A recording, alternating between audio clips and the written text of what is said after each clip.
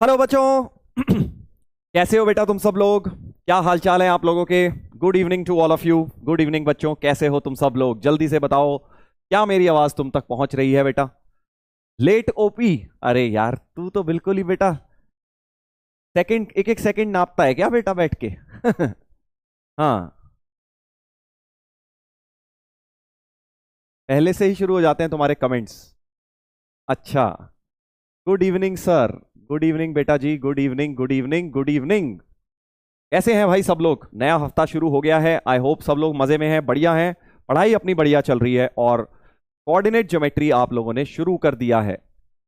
हाँ, first DPP कर ली होगी आप लोगों ने। एक ही डीपीपी दी है मैंने आज के लेक्चर से पहले, और तुम्हें बोला था कि लर्न कर लेना बेटा, फॉर्मूलाज, टॉपिक्स, छोटी छोटी डेफिनेशंस थी वो लर्न करनी थी, ये था अपना homework. Target completed sir, very good, बहुत बढ़िया, बहुत बढ़िया, बहुत बढ़िया। How are you sir? तुम्हारे सामने हूं यार, देख लो बढ़िया हूं कि नहीं। बिल्कुल बढ़िया, मजे में, हैप्पी एज ऑलवेज। हम्म।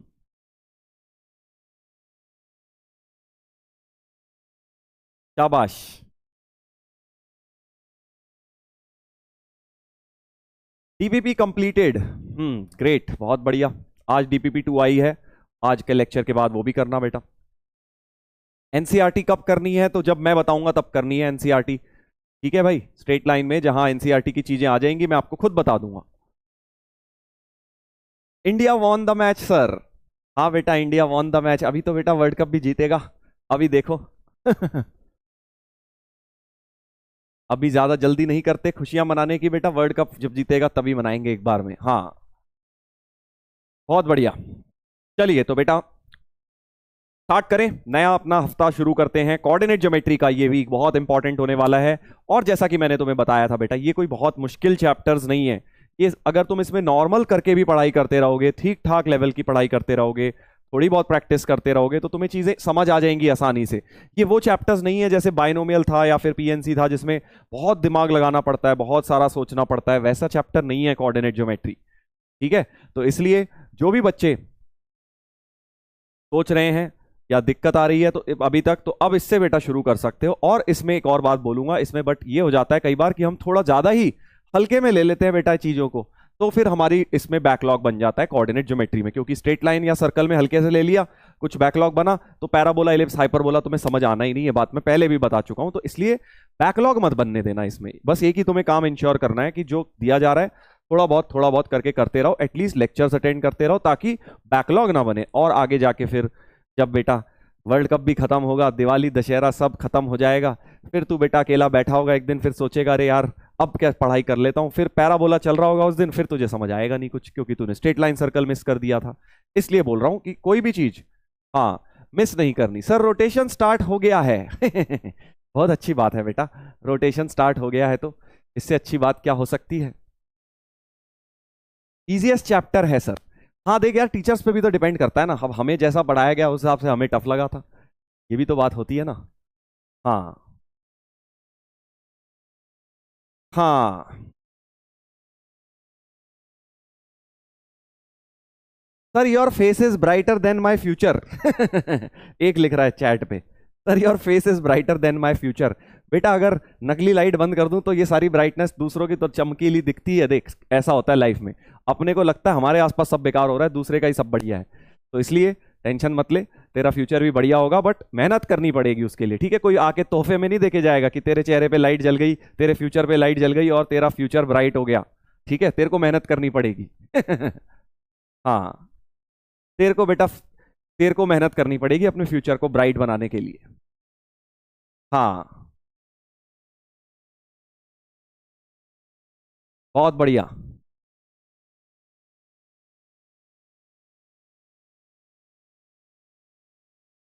स्टार्ट करें भाई, हो गई शुरुआत।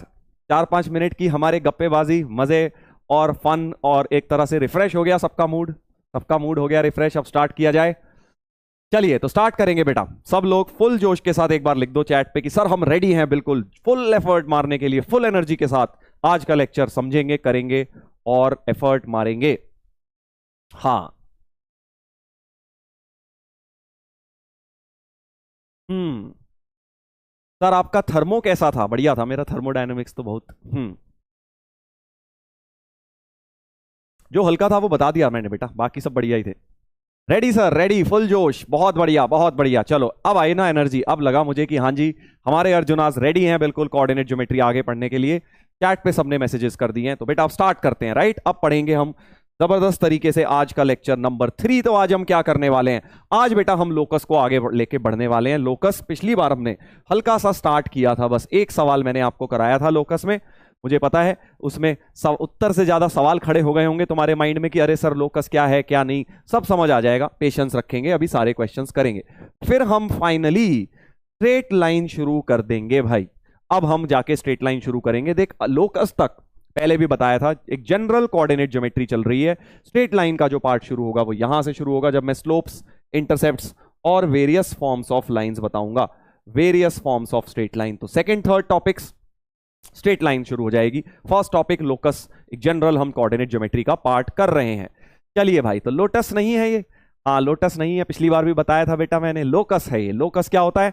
Path traced by a moving point. Locus निकालने के कुछ स्टेप्स बताए थे, ये 4 स्टेप्स मैंने आपको लिखवाए थे। राइट, कि सबसे पहले जिसका भी लोकस निकालना होता है एच कॉमा के मानते हैं, ये मैंने पिछली बार का रिकैप दे रहा हूं आपको, एच कॉमा के मानते हैं, फिर जो भी कंडीशंस है उन्हें अप्लाई करते हैं, फिर हम एच के में एक रिलेशन लेकर आते हैं और जो भी वेरिएबल उसके अलावा माना होता है उनको एलिमिनेट करते हैं। जो भी एच के अलावा वेरिएबल है बेटा उसको एलिमिनेट किया जाता है, एंड फाइनली एच के को एक्स वाई से रिप्लेस किया जाता है। याद है ये 4 स्टेप्स? हाँ, यस सर, एक बार 4 सेंटर रिवाइज करा दो बेटा, तेरे पास वीडियो है, तू उसमें देख आराम से, सारी थ्योरी उसमें बता रखी है, आराम से बैठ के उसमें से रिवीजन कर, क्योंकि अभी लोकस पढ़ रहे हैं, अब 4 सेंटर पे चले जाएंगे बहुत पीछे हो जाएंगे। ठीक है, चलो तो अब एक सवाल से हम लेते हैं, एक सवाल से बेटा हम पकड़ते हैं क्वेश्चन को। सबसे पहला क्वेश्चन ये है, find the locus of a point which move such that sum of its distances from the point this and this is 8। समझे क्या है क्वेश्चन? तो एक क्वेश्चन ये है, एक पॉइंट है एच कॉमा के, जिसको ले लेते हैं, जिसका sum of distance from 2 given points, ये 2 गिवन पॉइंट्स हैं 0,3 और 0,-3। मान लो इसको ए और इसको बी बोल देता हूं, तो ये P A plus P B, sum of the 2 distances. हाँ, P A plus P B का जो डिस्टेंस का सम दिया हुआ है, P A plus P B जो डिस्टेंस का सम है वो आपको कांस्टेंट दिया है 8 के बराबर। P A plus P B का कांस्टेंट वैल्यू 8 दिया हुआ है। राइट, तो बस अब क्या करूंगा, सीधे सीधे यार तुझे पता है डिस्टेंस फॉर्मूला लग जाएगा, h minus 0 whole square plus k minus 3 whole square का स्क्वायर रूट। ये हो गया पी ए, ये हो गया बेटा पी ए। ऐसे ही पीबी भी निकल जाएगा, देख पीबी क्या हो जाएगा, रूट h माइनस 0 का whole square plus K plus 3 का होल स्क्वायर, और ये सम ऑफ डिस्टेंस दिया है 8। ये सम ऑफ डिस्टेंस बेटा 8 दिया हुआ है, डिस्टेंस फॉर्मूला लगा दिया। अब ये नहीं कि सर ये हो गया लोकस, थोड़ा सिंप्लीफाई करना है, इसको अच्छी सी फॉर्म में कन्वर्ट करना है। तो एच के जो देखो अब क्या है, ये H square plus k minus 3 whole square का रूट, और जब भी 2 स्क्वायर रूट आ जाते हैं, अब देख स्क्वायरिंग बोथ साइड्स करनी है, समझ आ रहा है, बट बेसिक्स में समझाया था, क्वाड्रेटिक में भी समझाया था कि एक स्क्वायर रूट को उधर ले जाके स्क्वायर करना हमेशा बेटर रहता है। तो मैं क्या कर रहा हूं, मैं एक स्क्वायर रूट की टर्म को बेटा ये वाली को राइट में ले जा रहा हूं, और अब स्क्वायरिंग बोथ साइड्स करेंगे। सर जी चाइना ब्रश यूज कर लो। क्यों बेटा, तेरे को हिंदुस्तानी पेंसिल में कोई दिक्कत है क्या? कि चाइना वाला ब्रश ही चाहिए तुझे? हाँ, चाइना के बेटा पटाखे चला चला के तू चाइनीज बन गया लगता है। चल इधर देख, ले भाई चाइनीज पेन ले ले, अब खुश है तू? चलो भाई, अब स्क्वायरिंग बोथ साइड्स करेंगे, स्क्वायरिंग बोथ साइड्स करेंगे तो h square plus k minus 3 whole square equal to, इसमें देख ये ए है और ये बी है, तो ए माइनस बी का होल स्क्वायर लगेगा, समझा, ए माइनस बी का होल स्क्वायर, तो 8 8 जा 64 प्लस बी स्क्वायर में ये आ जाएगा H square plus K plus 3 whole square. थोड़ी मेहनत का काम है, देख minus 2ab minus 28 into root वाली ये वाली टर्म पूरी की पूरी आ जाएगी। ठीक है भाई, हाँ।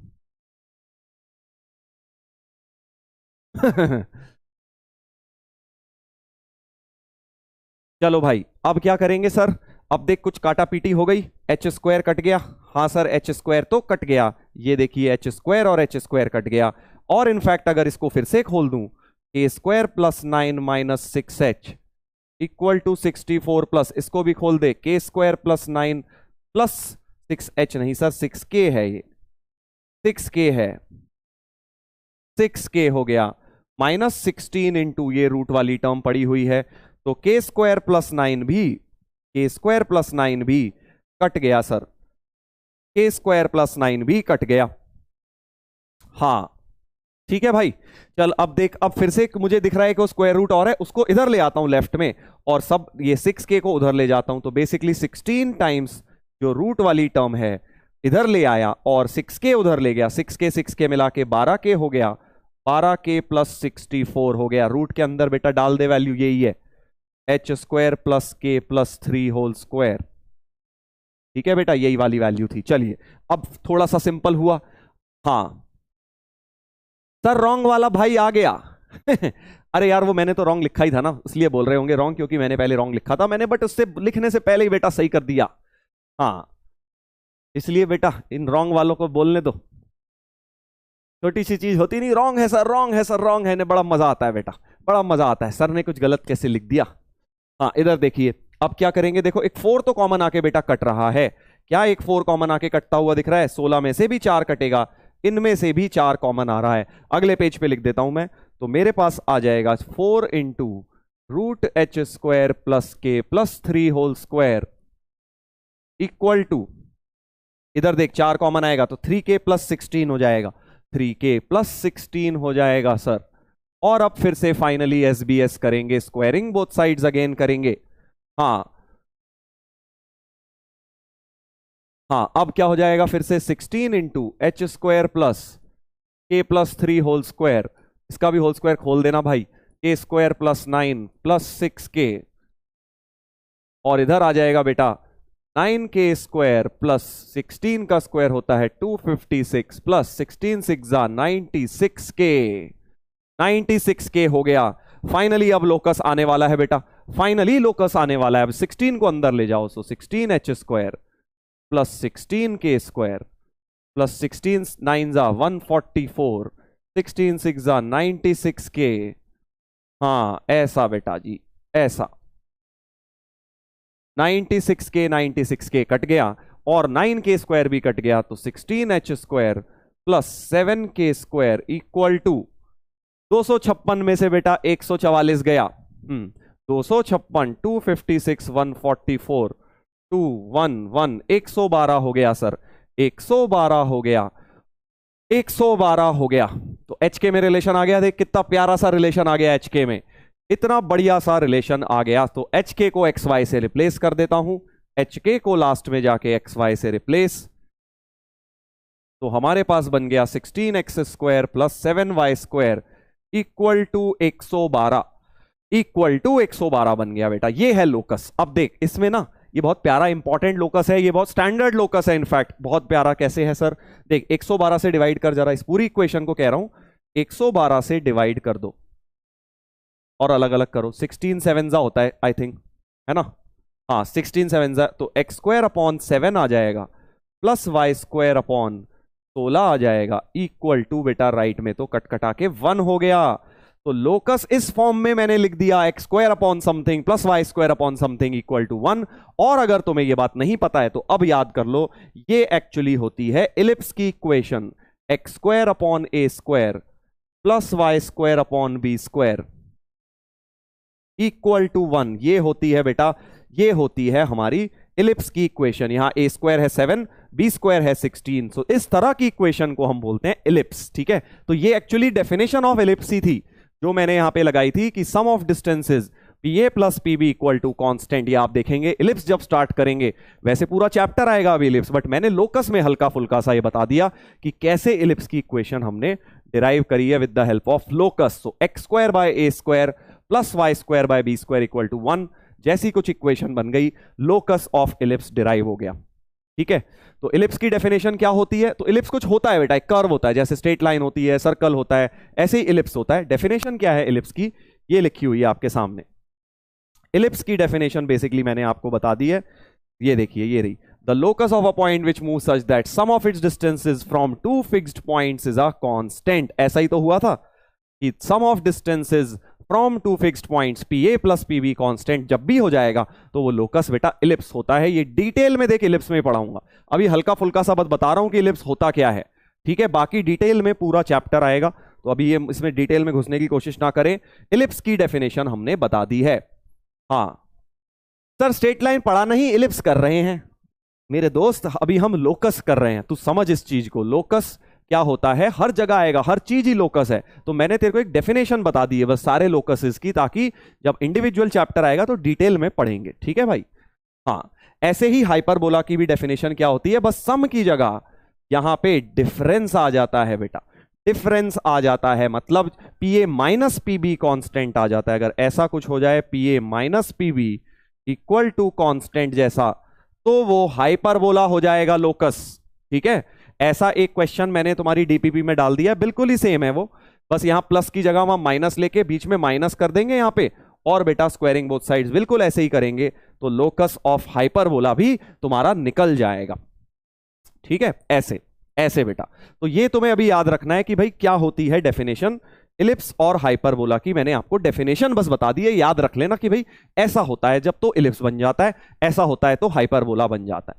हाँ यस सर, आप बस पढ़ाते जाओ, हम पढ़ते जाएंगे। हाँ इसलिए बेटा ज्यादा दिमाग ना लगा कि सर आपने पहले ये बता दिया बाद में वो बता दिया, कोई कारण होगा इसीलिए बताया है, ठीक है। तू बेटा पढ़ रहा है पहली बार और वो भी पढ़ने की कोशिश कर रहा है, मैं बहुत बार पढ़ा चुका हूं, मुझे पता है क्या कब पढ़ाना है। मैं उन लोगों को कह रहा हूं जो अपना दिमाग लगाना चाह रहे हैं इस चीज में कि सर आप पहले ये बाद में वो, ऐसा नहीं वैसा नहीं, तू बस पढ़ता जा, ठीक है। हाँ बस इतना ही तेरे से बोलूंगा, ज्यादा नहीं सोच, बस पढ़ता जा।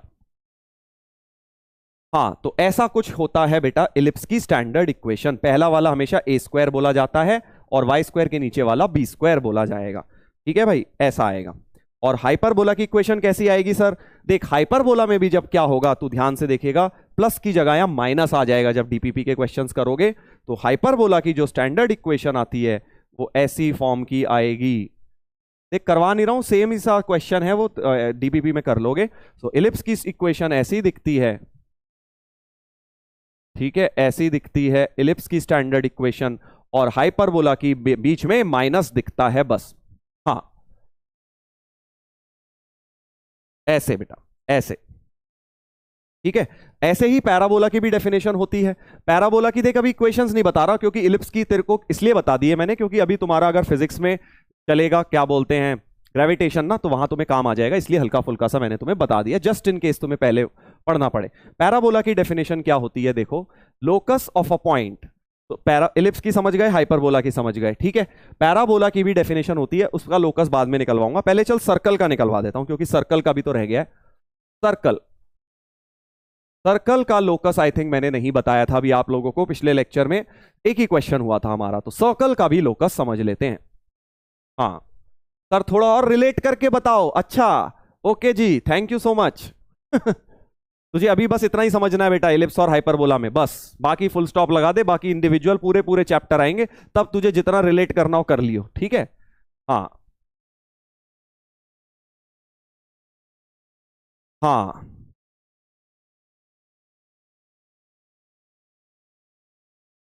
ठीक है चलो, सर्कल की डेफिनेशन क्या होती है, सर्कल की डेफिनेशन ये होती है locus of a point, locus of a point which move such that, which moves such that its distance, it is at a fixed distance, it is at a fixed distance from a fixed point, एक fixed point से fixed दूरी के, जैसे मान लो ये एक fixed point ले लिया, इससे एक फिक्स्ड दूरी के पॉइंट्स ले लो, जैसे ये सारे इससे फिक्स्ड दूरी पर हैं, तो तुम्हें पता है ये सारे क्या बना लेंगे, एक सर्कल बना लोगे। तो अगर एक फिक्स्ड पॉइंट ले लिया, ये फिक्स्ड पॉइंट है सेंटर, ये है मूविंग पॉइंट एच कॉमा के, और ये फिक्स्ड डिस्टेंस है आर, तो ये पॉइंट जिस लोकस में मूव करेगा उसको बेटा हम बोलते हैं सर्कल, राइट, तुम्हें पता ही है ये बात। हाँ अब तो तुम समझ ही गए, ठीक है, तो अब क्या करेंगे, इसमें डेफिनेशन लगा देते हैं, जल्दी से डेफिनेशन लगा देते हैं। इसको h कॉमा के, सॉरी उसको h कॉमा के मान लिया क्योंकि उसका लोकस निकालना है। ये है a कॉमा बी बेटा, सेंटर है a कॉमा बी। और अब ज्योमेट्रिकल कंडीशन लगा देते हैं कि पीसी का डिस्टेंस r हो जाएगा, तो h minus a whole square plus k minus b whole square equal to r square हो जाएगा। अब मैं बहुत इंपॉर्टेंट बात पूछने वाला हूं, हाँ बहुत इंपॉर्टेंट बात पूछने वाला हूं। सर्कल की मैं बेसिकली अब इक्वेशन लिखना चाह रहा हूं कि एक फिक्स्ड पॉइंट से एक वेरिएबल पॉइंट की दूरी r बना दी, ठीक है, r डिस्टेंस फॉर्मूला लगा के r कह दिया। अब मैं तुमसे क्या पूछने वाला हूं, हमारे लोकस के स्टेप्स होते थे कि बेटा वेरिएबल एलिमिनेट करो, है ना, याद करो लोकस के स्टेप्स में क्या था, लोकस के स्टेप्स में था सर कि वेरिएबल्स को एलिमिनेट कर दीजिए, वेरिएबल्स को एलिमिनेट कर दीजिए। ये देखिए ये था ना थर्ड स्टेप। तो क्या यहां पे कोई वेरिएबल्स हैं, मेरा बहुत इंपॉर्टेंट सवाल है, क्या यहां पे कोई वेरिएबल्स लग रहे हैं तुम्हें hk के अलावा? hk तो एलिमिनेट नहीं होते, उनके अलावा कोई और वेरिएबल्स हैं क्या? क्या hk के अलावा कोई और वेरिएबल है? So answer is no, there are no other variables. कई बार हमें लगता है सर r वेरिएबल है, इसकी वैल्यू तो पता नहीं, a कॉमा b वेरिएबल हो गया। नहीं, वेरिएबल ये नहीं होता बेटा, वेरिएबल वो होता है जो चेंज हो। जैसे p मूव करूंगा, p इधर से इधर ले आया, तो क्या ये r चेंज होगा? नहीं। क्या ये सेंटर चेंज होगा? नहीं। तो कोई वेरिएबल नहीं है इस इक्वेशन में, कोई भी वेरिएबल नहीं है। तो लोकस में मत समझना जो भी ए बी सी डी दिख रहा है वो सब वेरिएबल हो गए, नहीं। वेरिएबल इज दैट क्वांटिटी जो p की पोजीशन चेंज करने पे चेंज हो जाए। p को कहीं पर भी ले जाऊं, रेडियस तो सेम ही रहेगा, सेंटर भी वहीं रहेगा, तो ये कोई वेरिएबल्स नहीं है। सीधे लास्ट स्टेप लगा देता हूं, hk को xy से रिप्लेस। ये बहुत इंपॉर्टेंट स्टेप है भाई। कई बार हम लोग सोचते रह जाते हैं वेरिएबल एलिमिनेट करें और वो वेरिएबल है ही नहीं, पता चला वो तो फिक्स्ड ही था। तो ये हमारा हो गया सर्कल की equation, this is called the equation of circle. हाँ ये है बेटा सर्कल की इक्वेशन की x minus a whole square, ये इसको हम बोलते हैं सर्कल की centre radius form, centre radius form of circle. तो देख अपने आप में पूरे चैप्टर्स हैं, सारे अपने आप में एक चैप्टर्स हैं बेटा, बट मैं तुम्हें अभी बस उनकी हल्की फुल्की डेफिनेशन बता के चल रहा हूं कि ऐसे ऐसे दिखेंगे सर्कल्स के अंदर, ताकि जब वहां स्टार्ट करो तुम्हें पता हो कि हाँ लोकस से ऐसे रिलेट करना है हमें। तो ये सर्कल की इक्वेशन है, इसमें सेंटर जो है वो a कॉमा b है और रेडियस इसका r है बेटा। रेडियस क्या है इसका? r है बेटा, क्योंकि ये वाली चीज इसका रेडियस था।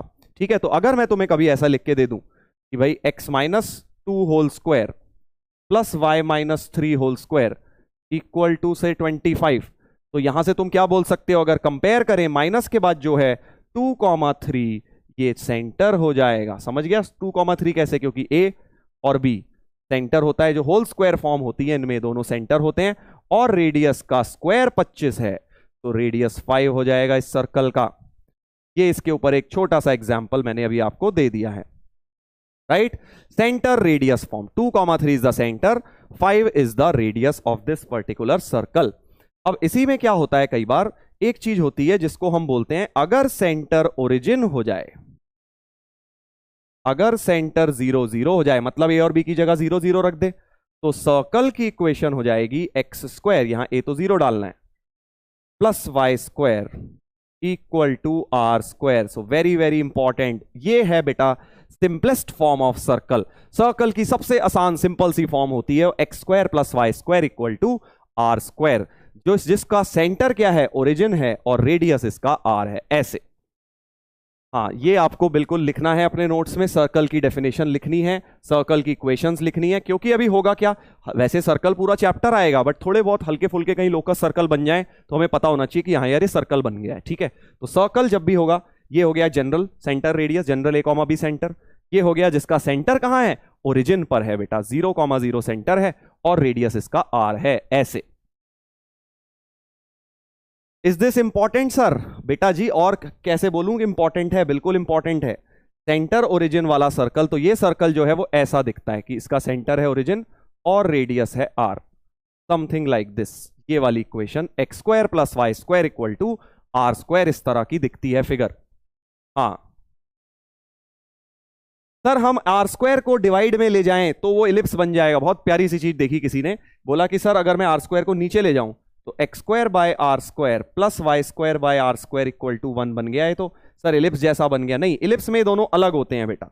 इलिप्स में क्या होते हैं? अलग होते हैं। अगर तूने ध्यान से देखा होगा, इसके नीचे और इसके नीचे अलग क्वांटिटी है। तो यानी अब तुम समझ गए, इलिप्स में अगर मैं ए और बी बराबर रख दूं तो एक्चुअली क्या बन जाता है? सर्कल बन जाता है। तो इलिप्स है क्या यार? अब यार तुम पूरा इलिप्स ही पढ़ लोगे क्या? अभी वन शॉट आएगा, जिन्हें ज्यादा इंटरेस्ट है इलिप्स में वो देख लेना वहां से। Ellipse is nothing but circle को पिचका दिया एक तरह से, ये समझ ले। सर्कल के अगर सारे रेडियस सेम है तो वो सर्कल है, सर्कल के सारे रेडियस अलग कर दिए तो वो इलिप्स बन जाता है। ठीक है, तो इलिप्स इज सर्कल बेसिकली क्या है? एक इलिप्स का स्पेशल केस हो गया।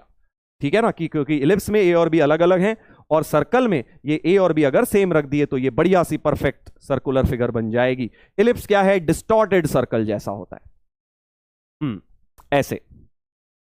ठीक है, तो सर्कल जो है एक स्पेशल केस बन जाता है इलिप्स का। अब हम इसके बारे में इससे ज्यादा डिस्कशन अभी नहीं करेंगे बेटा, नहीं तो राह भटक जाएंगे हम, और राह भटक गए तो मंजिल तो भटक ही जाएंगे ना। समझ गया बेटा? बस अभी तू इतना याद रख लेगा, सर्कल की डेफिनेशन ये होती है और सर्कल की इक्वेशन ये होती है सर, और इलिप्स की इक्वेशन सर ये होती है। ठीक है भाई, और हाइपरबोला की ये होती है। बस तुझे इतना याद रखना है अभी। हाँ बाकी बेटा सब आएगा, अपना अपना चैप्टर आएगा, सबकी अपनी अपनी पूरी एक कहानी है। हाँ, एक दिन में बेटा तू चाहता है कि तू कन्या कश्मीर भी घुमाए और कन्याकुमारी भी घूम ले, ऐसा नहीं हो सकता बेटा। ठीक है, अभी बस तू समझ ले, इनका नाम है कुछ कुछ कश्मीर है ये, एक कन्याकुमारी है, और एक तुम्हारा ले लो भाई कोई, है ना, आसाम ले लो ये हैं तीनों। तो अभी बस हमने इनके नाम समझे क्या हैं, डेफिनेशन समझी है, बाकी चीजें बाद में। और पैराबोला का तो मैं अभी इक्वेशन भी तुम्हें बता नहीं रहा हूं, क्योंकि उसकी इक्वेशन डिराइव करने में टाइम लगेगा। ठीक है, हाँ, थोड़ा बहुत पैराबोला तुम्हें पता है वैसे, quadratic a x square plus b x plus c भी एक पैराबोलिक होता है। तो पैराबोलिक की डेफिनेशन क्या होती है पैराबोला की? ऐसा पॉइंट P जो जिसका distance from a fixed point और एक फिक्स्ड लाइन से डिस्टेंस, ये दोनों डिस्टेंस बराबर होते हैं। PF और PM अगर बराबर हो, सो PF इक्वल टू PM हो जाए तो वो लोकस पैराबोला हो जाता है, कि इस पॉइंट्स का एक फिक्स्ड पॉइंट से और एक फिक्स्ड लाइन से डिस्टेंस आपस में बराबर है। ये फिक्स्ड लाइन है और ये तुम्हारा फिक्स्ड पॉइंट है। तो इसके बारे में बातें हम डिटेल में करेंगे पैराबोला चैप्टर के अंदर, अभी बिल्कुल तुम्हें कुछ करने की जरूरत नहीं है इसमें। ठीक है भाई, चलो लोकस का अगला सवाल पकड़ते हैं। अगला सवाल करेंगे तो डेफिनेशंस हमने पढ़ ली हैं, बेसिक बेसिक लोकस की कर ली हैं, सर्कल की बता दी तुम्हें, स्ट्रेट लाइन की तो सर बताई नहीं, स्ट्रेट लाइन की भी बताऊंगा डेफिनेशन, आगे बताऊंगा स्ट्रेट लाइन की भी। ठीक है, जब स्लोप पढ़ लेंगे। सर्कल की बता दी डेफिनेशन, पैराबोला, इलिप्स, हाइपरबोला, सबकी मैंने तुम्हें डेफिनेशन बता दी है। अब थोड़े लोकस के सवाल लगाए जाएंगे। चलिए, तो पहला सवाल बहुत प्यारा सवाल है। A rod of length L, a rod of length L, एक रॉड है बेटा जिसकी लेंथ फिक्स्ड है। ठीक है, slides with its ends A and be always on coordinate axis. समझा बेटा क्या हो रहा है? नहीं समझा सर मैं?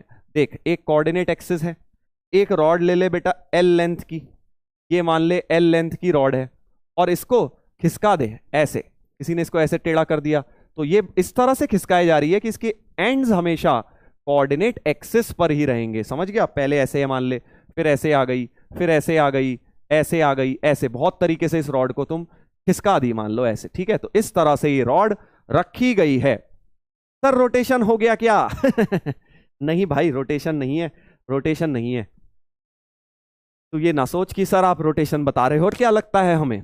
नहीं, तो रॉड है जिसके लेंथ एल है और उसको हमने कोऑर्डिनेट एक्सिस पर रखा हुआ है और इसको वेरिएबल करा दिया। बेसिकली मैं ये कहना चाह रहा हूं कि ए और बी जो एंड्स हैं वो वेरिएबल है। स्लाइड्स का मतलब वो वेरिएबल हैं, वो फिक्स नहीं है रॉड। ठीक है, हाँ। Then find the locus of mid point of A B. First concept है कि mid point of A B का लोकस बताओ, कि भाई ये रॉड खिसकेगी जब जब सर हमने इसको ऐसे हल्का सा धक्का मारा तो ये रॉड ऐसे नाचने लगेगी सर, नीचे की तरफ खिसक जाएगी। तो सर्कल का जो लोकस है, सॉरी सेंटर का जो लोकस है इस ए बी के, वो बताना है हमें। अब तुम ऑब्वियसली, कई लोग क्या पता है क्या करते हैं लोकस निकालने के लिए, एच के तो मानेंगे नहीं, वो कहेंगे अच्छा सर चलिए थोड़ा डांस करा देते हैं रॉड को, ये यहाँ है सर, फिर ये यहाँ जाएगा, ओ सर फिर ये यहाँ जा रहा है, ओ सर लग रहा है सर्कल जैसा बन रहा है सर। कई लोग ऐसे करते हैं, मैंने देखा है। सॉल्व, लोकस सर आ गया, सर्कल है, सर्कल है। ऐसे नहीं, ठीक है भाई, क्योंकि जो भी कर्व्ड सरफेस दिख जाए वो सर्कल है, कोई जरूरी नहीं है। इलिप्स में भी हो सकता है कर्व्ड आ जाए, पैराबोला में भी, किसी में भी आ सकता है। ठीक है, तो ऐसे कोई लोकस नहीं निकालेगा कि भाई हमने सर ड्राइंग कर लेते हैं थोड़ी 3-4 पोजीशन में सर ml² / 12। अच्छा बेटा, तू मुझे रोटेशन वाली चीजें बता रहा है लगता है हाँ, याद आ रहा है कुछ कुछ मुझे, ml² और ये सब होता था कुछ। हम्म। हाँ, मोमेंट ऑफ इनर्शिया, हाँ याद आ गया, याद आ गया बेटा। फिजिक्स लगा दो सर, फिजिक्स नहीं लगनी यार इसमें, तू समझ। देख, हम लोकस के 4 स्टेप्स, हमें इधर उधर भटकना नहीं है, हमें हमेशा लोकस के 4 स्टेप्स लगाने। पहला लोकस का स्टेप कहता है कि सर मिड पॉइंट का लोकस निकालना चाहते हो, चलो h, k मान लो। सब ऐसे करेंगे, कोई बेहुदे तरीके से नहीं करेगा, ड्राइंग बना लेता हूं सर, ये देखो मिड पॉइंट, ओहो यहां गया यहां गया, समझ गया सर ऐसा कुछ घूम रहा है मिड पॉइंट, ये कोई नहीं करेगा ऐसे बच्चों वाले काम। ठीक है, सब लोकस के स्टेप्स लगाएंगे। हाँ, क्या है स्टेप्स याद कर, एच के मान लिया, इसको भी a,0 मान लेता हूं क्योंकि मिड पॉइंट लगाना है भाई, इसको 0,b मान लेता हूं। और अब मेरा सवाल यह है, क्या a,b वेरिएबल है या कांस्टेंट है, जल्दी बता। थम्स अप कर दे अगर वेरिएबल लग रहे हैं, और अगर तुझे लगता है कि नहीं सर कांस्टेंट है a और b, तो बेटा तू थम्स डाउन कर दे। जल्दी से पोल पर आंसर देंगे सभी लोग। मैं क्या पूछ रहा हूं, a और b जो मैंने माने हैं, क्या ये वेरिएबल है या कांस्टेंट। देख, जिस दिन तू ये समझ गया ना लोकस के सवाल में क्या वेरिएबल है क्या कांस्टेंट है, उस दिन तू समझ जाएगा कि बेटा कैसे लोकस के सवाल सॉल्व होते हैं। ठीक है भाई, हाँ, जिस दिन तू ये समझ गया सही से, अगर इसका आंसर दे दिया तुम लोगों ने, ए और बी जो मैंने माने हैं इसके कोऑर्डिनेट्स के a,0 0, b, क्या ये वेरिएबल हैं या कांस्टेंट्स हैं।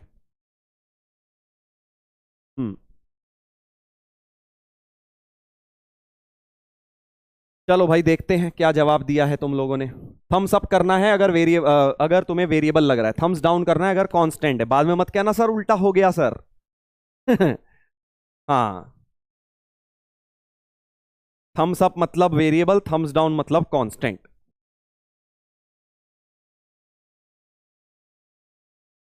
मुझे पता है, मुझे पता है, ये 18% कहेंगे सर उल्टा समझ गए, हम उल्टा समझ गए, वेरिएबल है। गुड, वेरिएबल है बेटा। क्यों, मैंने तुझे एक बात बताई थी, अगर रॉड को खिसकाऊंगा, अगर रॉड को खिसकाऊंगा, ठीक है भाई, थोड़ी देर बाद रॉड ऐसे हो गई तो ये पॉइंट चेंज हो जाएगा ना, थोड़ी देर बाद ऐसे हो गई, पॉइंट चेंज हो जाएंगे ना, तो ए और बी के कोऑर्डिनेट्स क्लियरली चेंज होंगे जैसे ही रॉड की पोजीशन चेंज होंगी। तो ये वेरिएबल बन गए बेटा, ये वेरिएबल बन गए। हाँ, उल्टा कर दिया सर आ गए, आ गए बेटा। तुम बेटा इतने महान हो कि तुम एक सीधी सीधी बात को भी उल्टा कर देते हो। हैं, तो मैं बोलूं कि बेटा एक्स एक्सिस वाला ही बताइयो तो तू वाई का ही बताएगा, उल्टा ही बताएगा। हाँ, कोई बात नहीं, चल। हाँ सर, आपको कभी क्रिकेट का ड्रीम आया है हाँ बेटा, बहुत बार आया है। चलो अब वापस आओ सवाल पे, पहले भाई सवाल करने दे फिर डाउट देख लूंगा, पहले सवाल करने दे। फिर क्या होते हैं लोकस के स्टेप्स, ज्योमेट्रिकल कंडीशंस लगाइए। तो ज्योमेट्रिकल कंडीशन क्या दिख रहा है, सबसे पहले तो मिड पॉइंट है, तो 2h की value a+0, mid point formula यार, ऐसे सोच ले, तू नीचे ले जाए एक ही बात है, समझा।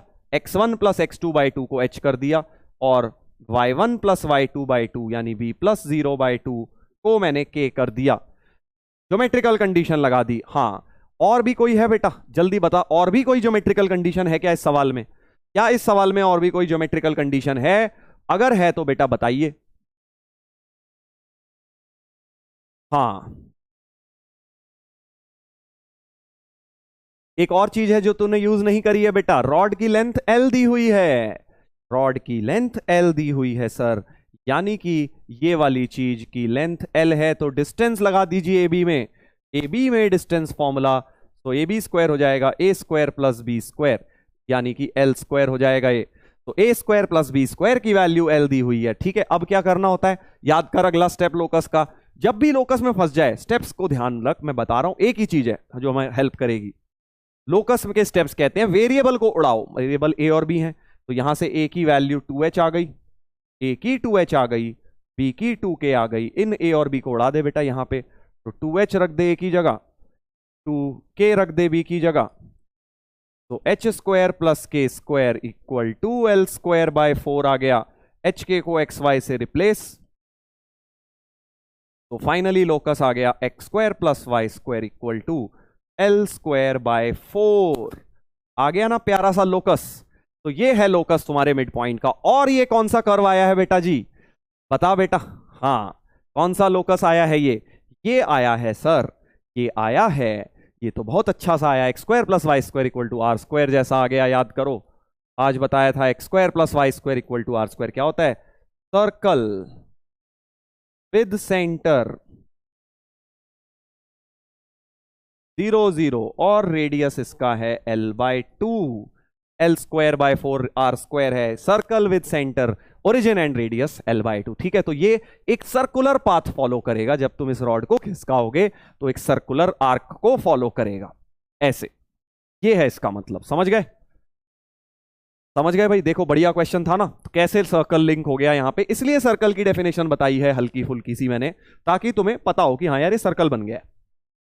अगला सेकेंड पार्ट पर आते हैं, centroid of triangle O A B. O तो क्या है भाई, ओ तो भाई जग जाहिर है, ओ तो ओरिजिन होता है, कहने की जरूरत भी नहीं है। चल, ओ है ओरिजिन, ओ है ओरिजिन। हाँ ऐसे, डाउट देख लो सर। अच्छा अभी करता हूं बेटा, अभी देख लेता हूं, बिल्कुल देख लेता हूं, ये ले डाउट देख लेता हूं। चल सर लॉन्ग टाइम स्टडी नहीं हो पा रही, अब तुझे क्या लगता है मैं ये सब बात आंसर करूं? सर एल स्क्वायर बाय 4 क्यों नहीं आया? देख भाई, एल स्क्वायर बाय 4 क्यों आया, सॉरी, 2 को जब स्क्वायर करते हैं तो बाहर 4 निकलता है, 2 को स्क्वायर करते हैं बाहर 4 निकलता है, दोनों में से 4 कॉमन आता है, 4 कॉमन आता है तो नीचे चले जाता है। ये 2-3 बेटा स्टेप अब खाने के दिन आ चुके हैं हमारे। हाँ समझ गया, ये बच्चे 6 महीने से पढ़ रहे हैं, अब ये 2-4 स्टेप खा जाते हैं ऐसे, तू भी खाना शुरू कर दे, समझा? हाँ, नहीं खा पा रहा अभी, कोई नहीं, खा लेगा जल्दी, तेरे भी बेटा पेट में ऐसी भूख लग जाएगी कि तू ये स्टेप्स खा लेगा, समझा ना? चल अब आगे बढ़ते हैं, और भी कोई डाउट देखूं? और कोई है डाउट, कोमल डाउट? सर रॉड खिसकानी ही क्यों है? तो बेटा तू आराम से रॉड को पकड़ के बैठा रहे। सर मेरा quadratic complex PNC binomial functions backlog है, क्या मैं आपके वन शॉट लेक्चर से? बेटा तेरी बात आधी रुक गई, बट तू हाँ देख सकता है।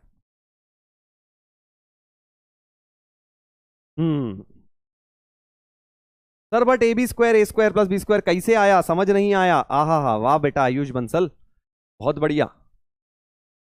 देख भाई, डिस्टेंस फॉर्मूला नाम की एक चीज होती है, a-0 whole square b-0 whole square equal to L square लगा दिया मैंने, ठीक है। अब डिस्टेंस फॉर्मूला भी हर बार तुझे दिखाऊं कि बेटा ये देख, distance x2 minus x1 whole square, y2 minus y1 whole square, कर लिया बेटा, पूरी 10वीं निकाल दी तूने डिस्टेंस फॉर्मूला लगाते लगाते, और शुरू के 2 लेक्चर भी निकाल दिए हमने।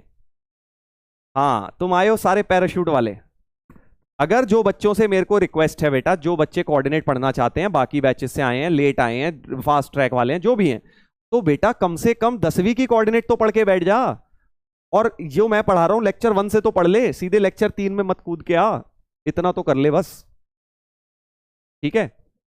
हाँ, नहीं तो बेटा फालतू खामखा क्लास का समय बर्बाद होगा, और मैं नहीं चाहता, इनके साथ भी गलत हो जाएगा, वो तेरे साथ भी गलत हो जाएगा, ठीक है? तो थोड़ा सा पढ़ के आया कर, और लाइन से पढ़, ये नहीं कि लेक्चर 3 सर आज मेरे को आज जोश चढ़ा है तो मैं आज से सर जो लेक्चर आ रहा है उसी को लगा डालता हूं, ऐसा ना कर। हाँ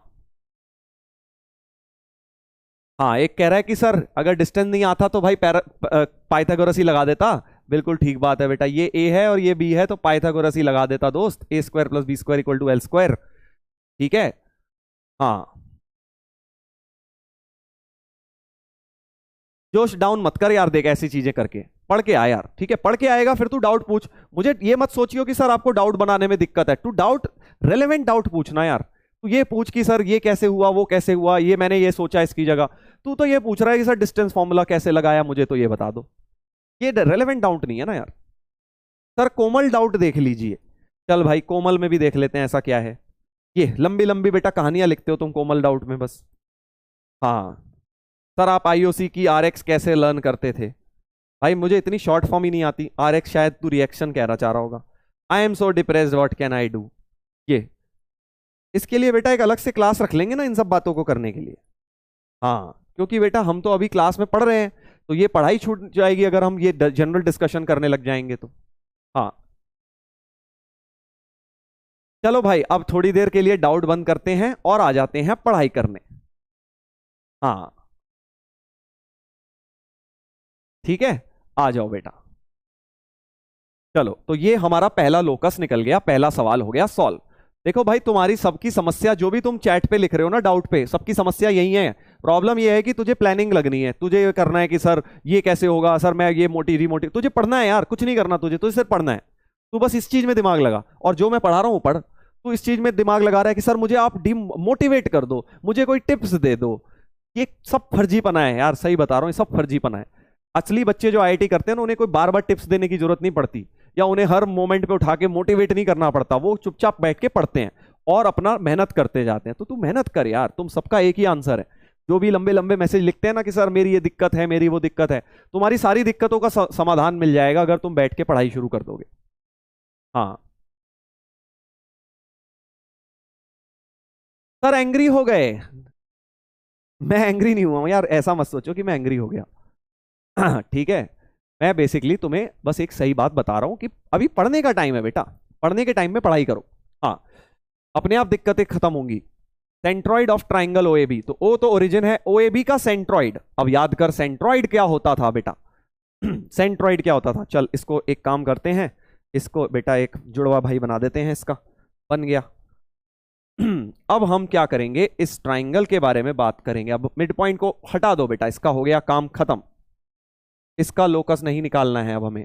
अब हमें क्या करना है, अब तो सर हमें ट्राइंगल ओएबी का लोकस निकालना है, सेंट्रॉइड का वो भी। ठीक है, ये था ओरिजिन,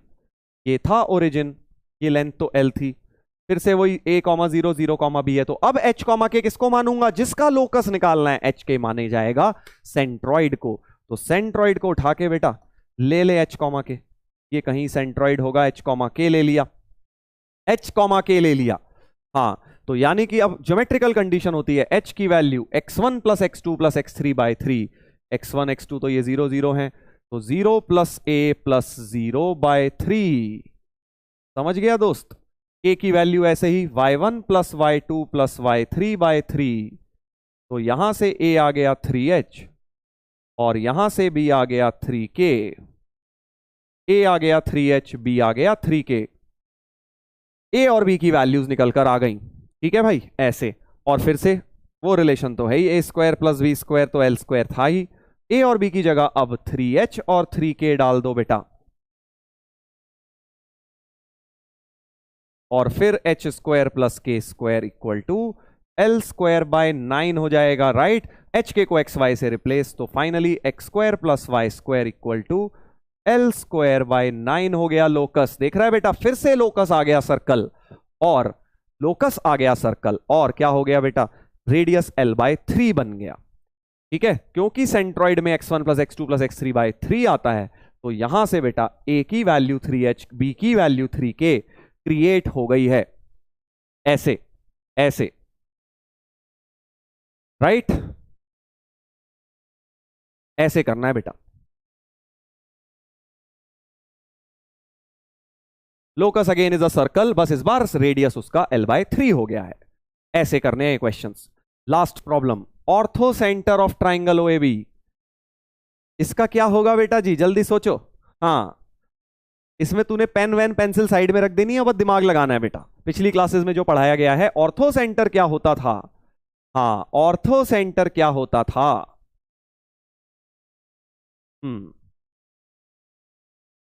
बता जल्दी से। हाँ, 0 0 फिक्स्ड है सर ओरिजिन पे, क्योंकि राइट एंगल ट्राइंगल है। ओएबी कैसा है, ओएबी तो राइट एंगल ट्राइंगल है सर। और राइट एंगल ट्राइंगल में तुम्हें एक बात पता है, ऑर्थो सेंटर तो 90 डिग्री वाला वर्टेक्स यही होता है हमेशा।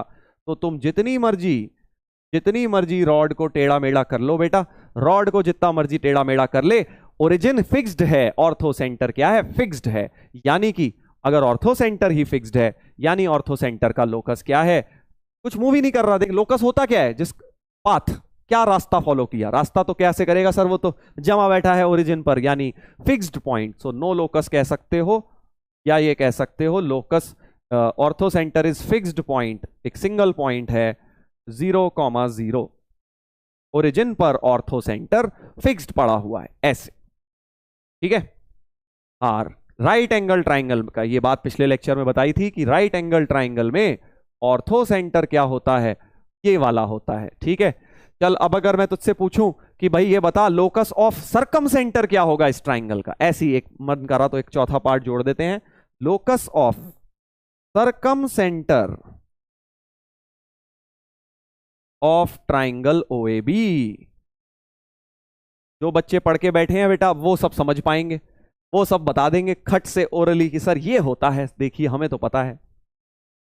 हाँ, सरकम सेंटर क्या होता था राइट एंगल ट्राइंगल का, याद कर ले बेटा, मिड पॉइंट ऑफ हाइपोटेन्यूज होता था सर, ये सब बताया हुआ है। सरकम सेंटर होता है राइट एंगल ट्राइंगल का मिड पॉइंट ऑफ हाइपोटेन्यूज, और उसका लोकस निकाल चुका हूं, ये देख फर्स्ट पार्ट में निकाल चुका हूं मिड पॉइंट ऑफ एबी का, यानी जो फर्स्ट पार्ट में आंसर आया था उसकी जगह भी ये लिख सकते थे, सरकम सेंटर का लोकस बताओ, समझ गया। तो circumcentre of triangle OAB का locus same as first part हो गया, यानी x square plus y square equal to L square by 4 हो गया। देख रहा है बेटा, ज्योमेट्री में ऐसे लैंग्वेज घुमाते हैं, ऐसे लैंग्वेज को घुमाते हैं, इसीलिए तो बोल रहा हूं कि लर्न करो, बढ़िया करके नोट्स बनाओ, एक एक चीज अगर ढंग से करोगे तो तुम्हें घुमाएंगे, तुम घूमोगे नहीं, क्योंकि तुम्हें तो पता है कि ऐसा होता है। अब इसमें अगर तुझे नहीं पता ये चीजें, तो बैठा रहे बेटा, घंटा भर भी बैठा रहे, तुझे नहीं समझ पाएगा। इसीलिए बोल रहा था, फर्स्ट लेक्चर में भी ये बात बोली थी, ज्योमेट्री में अच्छी तरह नोट्स बनाओ, एक एक चीज लर्न करो। पिछली बार मैंने डीपीपी नहीं दी थी, कारण था ताकि तुम लर्न करो अच्छी तरह। अब तुमने अगर लर्न नहीं करा, क्या बोलूं बेटा, क्या बोलूं, लर्न करके बैठना था। चलिए बहुत बढ़िया, शाबाश, आगे बढ़ते हैं बेटा, आगे बढ़ते हैं। सर इन सेंटर का, अरे भाई देख इन सेंटर, इन तीनों से बेटा सौतेला भाई है इनका, ये तीनों आपस में साथ चलते हैं, इन सेंटर का यहाँ पे काम नहीं है। हाँ, इन सेंटर का काम नहीं है, तुझे पता ही है ना, क्योंकि यूलर्स लाइन ये फॉलो करते हैं, इन सेंटर की बात नहीं करेंगे हम इसमें। चलो अगले पर आते हैं, एक और सवाल लेते हैं, थोड़ा सा स्ट्रेट लाइंस हल्का फुल्का सा मिक्स कर रहा हूं, ज्यादा नहीं, हल्का सा। हाँ देखिए, तो देखो लोकस जो है ना, मैं तुम्हें पिछली बार भी बता चुका हूं, अभी मैं तुम्हें सिर्फ, मेरे हाथ बंधे हुए हैं, लोकस में सिर्फ तुम्हें वही सवाल करा पा रहा हूं जिसमें 10th की कोऑर्डिनेट लग रही है, या वो लग रही है जो अभी तक मैंने तुम्हें बेसिक कोऑर्डिनेट ज्योमेट्री में पढ़ाई है। अभी इसमें सर्कल में, स्ट्रेट लाइन में, पैराबोला, एलिप्स में, सब में लोकस के सवाल आएंगे, तो वो लोकस के सवाल हम सही समय पे करेंगे, बार बार आते रहेंगे। ये मत सोचना लोकस सर ने करा दिया खत्म हो गया, लोकस अभी शुरू हुआ है बेटा। लेक्चर जब तक कोऑर्डिनेट का लास्ट दिन नहीं आ जाता ना हाइपरबोला का, तब तक लोकस खत्म नहीं होगा, ये समझ ले। हाँ चलो, क्वेश्चन क्या है, locus of mid point of portion of this line intercepted between coordinate axis. देखो भाई, ऐसे क्वेश्चन बड़े इंपॉर्टेंट हैं कि ये एक लाइन है, ये एक लाइन है, इनफाइनाइट होती है लाइन, तो लाइन का वो पार्ट जो इंटरसेप्टेड है, मतलब फंसा हुआ है। देख इंटरसेप्टेड वर्ड कहीं भी आ जाए ना, इंटरसेप्ट करना, इंटरसेप्ट का मतलब होता है फंसा हुआ, फंसा हुआ। अरे यार मैं तो हिंदी भूल गया, फंसा हुआ सही लिखा है ना मैंने, फंसा हुआ। तुमने कई बार अगर देखा हो, बड़े शहरों में पुलिस की गाड़ी निकलती है, उस पर लिखा होता है पुलिस इंटरसेप्टर, पढ़ा है, देखा है कहीं लिखा हो, इंटरसेप्टर लिखा होता है उस पर, फंसाने के लिए बेटा, चोरों को फंसाने के लिए, राइट। तो इंटरसेप्ट का मतलब होता है इंग्लिश की भाषा में फंसाना, फंसा हुआ, ठीक है।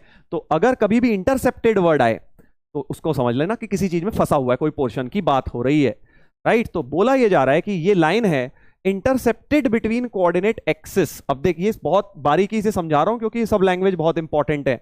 AX ES क्या होता है, प्लूरल होता है सर, प्लूरल ऑफ एक्सिस, मतलब AX IS लिखें तो समझ जा सिंगल एक्सिस की बात हो रही है, AX ES की तरह AX ES लिखा हुआ है तो वो है प्लूरल की बात हो रही है, मतलब दोनों कोऑर्डिनेट एक्सिस के बीच में जो पार्ट फंसा हुआ है, तो स्ट्रेट लाइन का जो दोनों कोऑर्डिनेट एक्सिस के बीच में पार्ट फंसा है वो AB हो जाएगा बेटा, समझ गया, ऐसे, हाँ ऐसे बेटा। हाँ कई लोगों ने गूगल पे करके शुरू कर गए इंग्लिश क्लास ओपी। अरे भाई देख क्या है कि कोऑर्डिनेट ज्योमेट्री में ना अभी तू इसको हल्के में ले रहा है, लैंग्वेज, आधे बच्चे यही प्रॉब्लम में रहते हैं, लैंग्वेज ही नहीं समझ आती सर क्या कहना चाह रहा है, तो लैंग्वेज ध्यान से समझ। जब भी AX ES दें तो हमेशा ध्यान रखना प्लूरल लिखा हुआ है एक्सिस का। तो अब ये एक स्ट्रेट लाइन थी जिसकी इक्वेशन ये है, ठीक है। हाँ अब इसमें एक चीज लिखनी चाहिए कि भाई, अच्छा लिखा हुआ है देख, P कांस्टेंट है तो मतलब A is variable, A variable है क्योंकि तभी तो लाइन लोकस निकल कर आएगा, क्योंकि अगर पूरी लाइन ही फिक्स्ड हो गई, दोनों ही चीजें फिक्स्ड हो गई, कॉस अल्फा ए बी और पी बी, तो फिर तो लाइन ही फिक्स्ड हो गई। पी तो फिक्स्ड है बट ए वेरिएबल है। तो अब देखो, मैं तुमसे अगर एक सिंपल सी बात पूछूं, एक लाइन दे दी, 10th में भी शायद तुमने किया हो, 3x + y = 6, सपोज कुछ ऐसा दे दिया। मैं तुमसे पूछ रहा हूं ये एक्स एक्सिस पे कहां मिलती है, इसके कोऑर्डिनेट निकालने आते हैं तुम्हें कि भाई ये स्ट्रेट लाइन है, ठीक है, ये एक्स एक्सिस पर कहां जाके मिलती है? Linear equation in two variable है ना, linear equation in two variable है। तो अगर मैं तुमसे पूछूं कि सर एक्स एक्सिस पर ये कहां जाके मिलती है, तो एक्स एक्सिस के लिए क्या जीरो रखते हो? वाई जीरो रख देता हूं सर। तो इस पॉइंट ए के लिए फॉर ए क्या करते हो? वाई जीरो डाल देते हो। तो वाई को जीरो डाल दो तो 3x = 6 आ गया, यानी x आ गया 2, यानी ये वाला पॉइंट क्या हो जाता है? 2, 0। इतनी बात तो सबको आती है कि भाई y जीरो डाल देते हैं तो x एक्सिस का पॉइंट मिल जाता है, y जीरो डाल देते हैं तो x एक्सिस का पॉइंट मिल जाता है। तो ऐसे ही इस लाइन के अंदर x cos a + y sin a = p के अंदर पुट कर दीजिए y जीरो, ताकि मुझे इसके कोऑर्डिनेट्स मिल जाएं। y जीरो जैसे ही रखूंगा तो x cos a = p, यानी x की वैल्यू cos x की वैल्यू हो जाएगी p/cos a या p sec a। तो ये हो जाएगी p sec a, 0। क्या ये बात समझ गए? a के कोऑर्डिनेट्स हो गए p sec a, 0। बहुत इंपॉर्टेंट चीज है, जब भी मैं तुम्हें बोलूं एक लाइन है भाई वो x एक्सिस को कहां मिल रही है, y जीरो डाल दिया करो। अगर वो मैं पूछूं y एक्सिस को कहां मिल रही है, तो फॉर पॉइंट b तुम क्या करोगे? फॉर b तुम पुट कर दोगे x जीरो, x को जीरो, उल्टा x एक्सिस के लिए y जीरो, y एक्सिस के लिए x जीरो रखा जाता है। तो y एक्सिस के लिए x जीरो डाल दो, इसमें x जीरो डाल दूंगा तो y sin a = p, यानी y की वैल्यू p/sin a, या p cosec a बोल ले, एक ही बात है। तो जीरो, x तो जीरो है और y की ये वैल्यू है p cosec a। तो मैंने क्या किया, ये दोनों पॉइंट्स बेटा निकाल लिए, ये दोनों निकाल लिए। अब क्या करूंगा? अब लोकस निकालता हूं। देख लोकस किसका निकालना है? बीच में जो फंसा हुआ है उसके मिड पॉइंट का, फिर से वैसा ही ए बी के मिड पॉइंट को h, k मान लेता हूं। ए बी के मिड पॉइंट को बेटा h, k मान लेता हूं, ठीक है? हाँ सर ठीक है। अब क्या करूंगा? अब मैं क्या करूंगा बेटा? अब मैं वही सेक्शन फॉर्मूला लगाऊंगा। 2h की वैल्यू हो गई p sec a, x1 + x2, right, और 2k की वैल्यू हो गई 0 + p cosec a। ये आ गए hk की दो वैल्यूज। अब मुझे बता वेरिएबल कौन सा है, क्या एलिमिनेट करूं? बहुत इंपॉर्टेंट है, वेरिएबल को हमें एलिमिनेट करना है इन दोनों रिलेशंस में से। क्या वेरिएबल है बेटा जी? सर p तो कांस्टेंट लिखा हुआ है, p तो कांस्टेंट लिखा हुआ है। अब क्या करूं फिर? मुझे क्या वेरिएबल है? सो a है सर वेरिएबल। तो यहां से बेटा क्या कर सकते हो?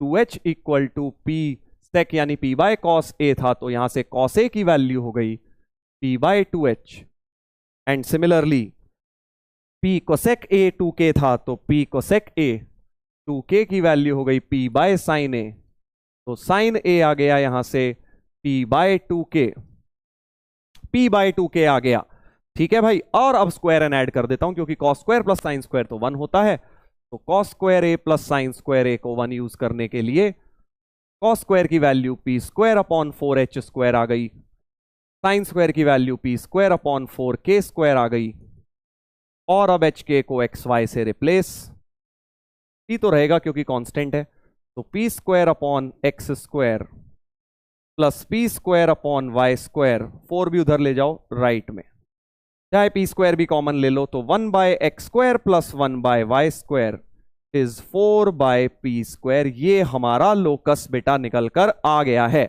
ऐसे ऐसे,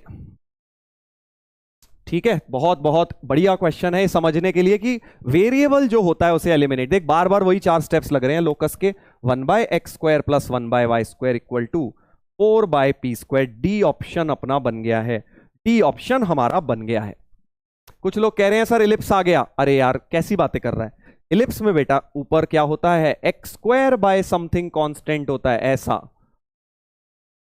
ऐसा, ठीक है भाई। ये तू इलिप्स मत समझ इसको, इसमें तो x और y नीचे हैं, ये इलिप्स नहीं है। ये क्या है सर? फिर ये इस कर्व को इंटरप्रेट करना हमारे सिलेबस में नहीं है। देख दो चीजें होती हैं, एक होती है इक्वेशन क्या आई, ये इक्वेशन आ गई, अब ये रिप्रेजेंट कौन से कर्व को कर रही है? पैराबोला, एलिप्स, कुछ नहीं है ये कर्व जो भी है हमारे सिलेबस में नहीं है, बस इसकी इक्वेशन निकालना।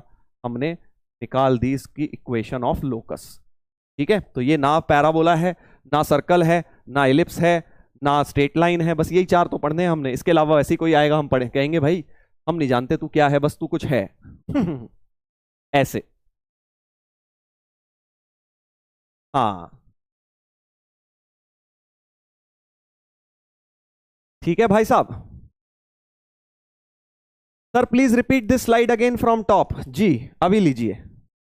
देखो भाई साहब, ये तो तुमने देख लिया था, ये रिलेशन पिछले पेज से लिखा मैंने, यहां से कॉस ए निकाल लिया p/2h क्रॉस मल्टीप्लाई करके। ऐसे ही ये दूसरा पिछले पेज का, यहां से साइन ए निकाल लिया। क्यों कर रहे हो सर आप कॉस ए साइन ए क्यों निकाल रहे हो? क्योंकि मुझे ए एलिमिनेट करना है। ए एलिमिनेट करने के लिए कॉस ए साइन ए में एक रिलेशन होता है, कॉस स्क्वायर ए प्लस साइन स्क्वायर ए 1। कॉस स्क्वायर की वैल्यू यहां से डाल दी, देख इसको स्क्वायर कर दे, p²/4h²। साइन स्क्वायर की यहां से डाल दी, p²/4k² इक्वल टू 1। ये बन गया, और थोड़ा सिंप्लीफाई कर लिया, 4 को बेटा क्रॉस मल्टीप्लाई कर दिया, p² को इधर ले गया और hk को xy से रिप्लेस कर दिया ऐसे। ठीक है भाई, जेई का सवाल है ये। हाँ इतने हल्के भी आते हैं बेटा, अभी तुझे टफ लग रहा होगा बट धीरे धीरे करके तुझे बहुत आसान लगने लगेगा। अब मैं तुम्हारे को एक छोटा सा तोहफा देना चाहता हूं इस जेई के सवाल में, चेंज करना चाहता हूं कुछ। हाँ कैसे, क्या चेंज करोगे सर? मान ले इस क्वेश्चन में P इज कांस्टेंट की जगह मैं लिख दूं A इज कांस्टेंट। समझा मैं क्या कह रहा हूं? कि सर यहां लिखा है P इज कांस्टेंट, ये लिखा है P इज कांस्टेंट है ना। मैं कह रहा हूं नहीं, इस बार P is variable, A constant है। उल्टा कर दिया, अगर मैंने उल्टा कर दिया, हाँ अगर मैंने उल्टा कर दिया तो फिर क्या होगा? P को मैंने वेरिएबल कर दिया, A को कांस्टेंट कर दिया, तो क्या लोकस होता? समझ गए भाई क्वेश्चन क्या पलटा मैंने बोला कि भाई इस सवाल को सॉल्व करो। अगर if P is variable and A is constant then find the locus. देख ये सब चीजें करेगा ना जब समझेगा तो तुझे क्लियर होगा कि सर कैसे करते हैं लोकस में। हाँ तो इस बार P को एलिमिनेट करता, शाबाश बहुत बढ़िया। तो सर ये वाला जो है 2h equal to P sec alpha, P sec A, एक रिलेशन ये था, एक था 2k equal to P cosec A। इन दोनों इक्वेशंस में से पहले आपने A को उड़ाया था, अब आप किसको उड़ाओगे? A को, P को उड़ाओगे, तो डिवाइड करने से P उड़ जाएगा। देख अगर मैं सीधे सीधे इन्हें डिवाइड कर दूं तो 2h/2k इज P तो कट गया, sec A upon cosec A, 2 भी कट गया, तो h/k इक्वल टू क्या हो गया बेटा? ये देख नीचे cos, ये क्या आ गया? नीचे cos ऊपर sin, sin A upon cos A। ठीक है भाई, tan A हो गया, यानी h/k equal to tan A हो जाता लोकस। hk को xy से रिप्लेस, तो x equal to tan A times y, x equal to tan A times y हो जाता बेटा। स्ट्रेट लाइन आ गया लोकस, देख लीनियर इक्वेशन आ गया, लीनियर इक्वेशन आ गया बेटा x और y में, तो लोकस इस केस में एक स्ट्रेट लाइन बन जाता। x और y में एक लीनियर रिलेशन आ गया है। ऐसे करना है, ऐसे, this is what you will do, right. तो छोटे छोटे चेंजेस हैं, मैंने इस तरह से क्वेश्चन को थोड़ा सा चेंज कर दिया। चलिए आई होप ये बात क्लियर है आपको, आई होप ये बात क्लियर है। चलो भाई अब समय आ गया है, अब समय आ गया है बेटा स्ट्रेट लाइन शुरू करने का। हाँ स्ट्रेट लाइन शुरू करने का समय आ चुका है।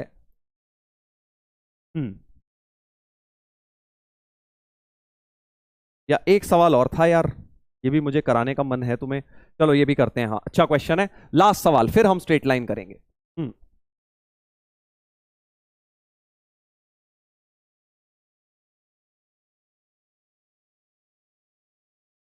कॉन्सेप्ट समझ गए? कॉन्सेप्ट समझना है, देखो धीरे धीरे बाकी लोकस के सवाल तो और आते रहेंगे। Vertices of a variable triangle are this this and this. एक वेरिएबल ट्राइंगल है जिसके वर्टाइसेस दिए हुए हैं, ध्यान से देखना, बड़ा प्यारा क्वेश्चन है, बहुत जबरदस्त सवाल। 3 4 और 5 cos थीटा 5 sin थीटा, तो ऑब्वियसली थीटा वेरिएबल हो गया अगर वर्टेक्स वेरिएबल है तो, क्योंकि 3 4 तो फिक्स्ड है, थीटा वेरी करेगा तो ये भी वेरी करेगा, और 5 sin -5 cos ऐसा कुछ हो गया। ये एबीसी वर्टाइसेस दिए हुए हैं। ऑब्वियसली थीटा क्या है, वेरिएबल है। सर होमवर्क दे दो इसको प्लीज। चल हल्का सा हिंट दे रहा हूं। हाँ बहुत प्यारी चीज किसी ने देख ली, बहुत सही यार, नाम तुम्हारा मिस हो गया, संयक करके था कुछ। बहुत प्यारी चीज देखी कि सर ओरिजिन इसका सरकम सेंटर दिख गया मुझे। आपने एक क्वेश्चन में पिछली बार कराया था। देख ये होते हैं बेटा बच्चे पढ़ने वाले, जो क्लास में एक बार चीज पकड़ ले, बता दी जाए और उसको दोबारा कहीं वैसी सिमिलर दिखे तुरंत पकड़ लेते हैं। ओरिजिन इसका सरकम सेंटर दिख रहा है, क्या तुझे दिखा? इस ट्राइंगल का इसने देख लिया कि सर ओरिजिन सरकम सेंटर है। ये शार्पनेस होनी चाहिए तुम्हारे अंदर। तीनों का ओरिजिन से डिस्टेंस 5 हो रहा है सर, ध्यान से देख के देख ले। 0 0 का इससे 5 है, 3 स्क्वायर प्लस 4 स्क्वायर इससे भी निकालेगा तो 5 cos square plus 5 sine square 5 हो गया। इससे भी निकालेगा 5 sine square plus 5 cos square 5 हो गया। तो ओरिजिन का तीनों से डिस्टेंस बराबर है। दिख गया सर? अब करेगा, अब यूलर्स लाइन लगा लियो। ठीक है, ओरिजिन सरकम सेंटर तो मिल गया, जी डिवाइड्स एच सी डैश। ये तो 0 0 आ गया। जी तू लिख लेगा बेटा थीटा के टर्म्स में, तो एच मिल जाएगा। एच का लोकस निकालना है, समझा? इसको एच के मान के अब बेटा करना, थीटा एलिमिनेट करना। ये अब आपका होमवर्क है। दिखा ना, चमका ना, मजा आया कि नहीं? यूलर्स लाइन भी दिख गया, देखो बहुत बढ़िया। क्योंकि सर अब इसके बाद सरकम सेंटर तो आ गया, ऑर्थो की बात करनी है, और सेंट्रॉइड तो सर हमारा दोस्त है सबसे बढ़िया, वो तो सबसे पहले मिल जाता है हमें। सेंट्रॉइड मिल गया तो क्लियरली यूलर्स लाइन का इस्तेमाल 2:1 वाला फंडा लगाऊंगा। होमवर्क, होमवर्क में निपटाएंगे भाई से, नहीं होगा तो कल बताएंगे हम आपको। ठीक है भाई, चलिए तो अब इसके साथ ही हम शुरू करने को रेडी हैं स्ट्रेट लाइन। तो अभी तक देखो भाई काफी सारे चीजें। सर ये फ्रंट लॉग वाले हैं, अबे फ्रंट लॉग वाले कैसे होंगे? ये मैंने क्वेश्चन वहां कराया ही नहीं था वन शॉट में। ये तेरे अंदर की बेटा जो वो जलसी है ना, जलसी ज्वलनशीलता, वो बोल रही है बेटा। ये वन शॉट वाले नहीं है, इन्हें कैसे पता? ये सवाल थोड़ी कराया वाला मैंने। बट हाँ हो सकता है वन शॉट वाले हो तो इन्होंने पढ़ रखी हो चीजें अच्छी तरह से। चलो भाई साहब अब आ जाते हैं बहुत बहुत बहुत इंपॉर्टेंट चीजों पर। हाँ हाँ कराया था सर। हाँ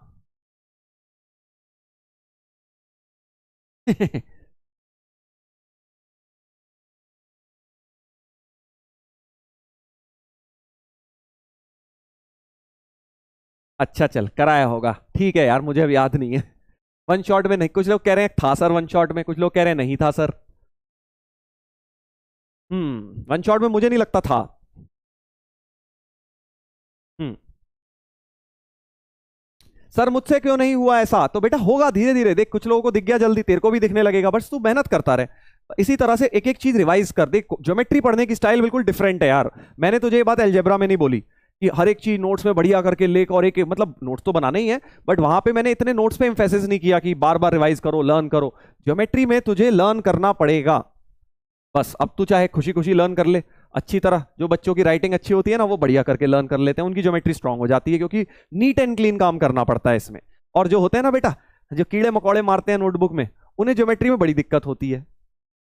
हम्म चलो भाई आगे बढ़ते हैं, इसका आंसर कल दे दूंगा मैं तुम्हें। अब हम आ रहे हैं स्ट्रेट लाइन पर। स्ट्रेट लाइन करेंगे शुरू। स्ट्रेट लाइन हेडिंग डाल लीजिए,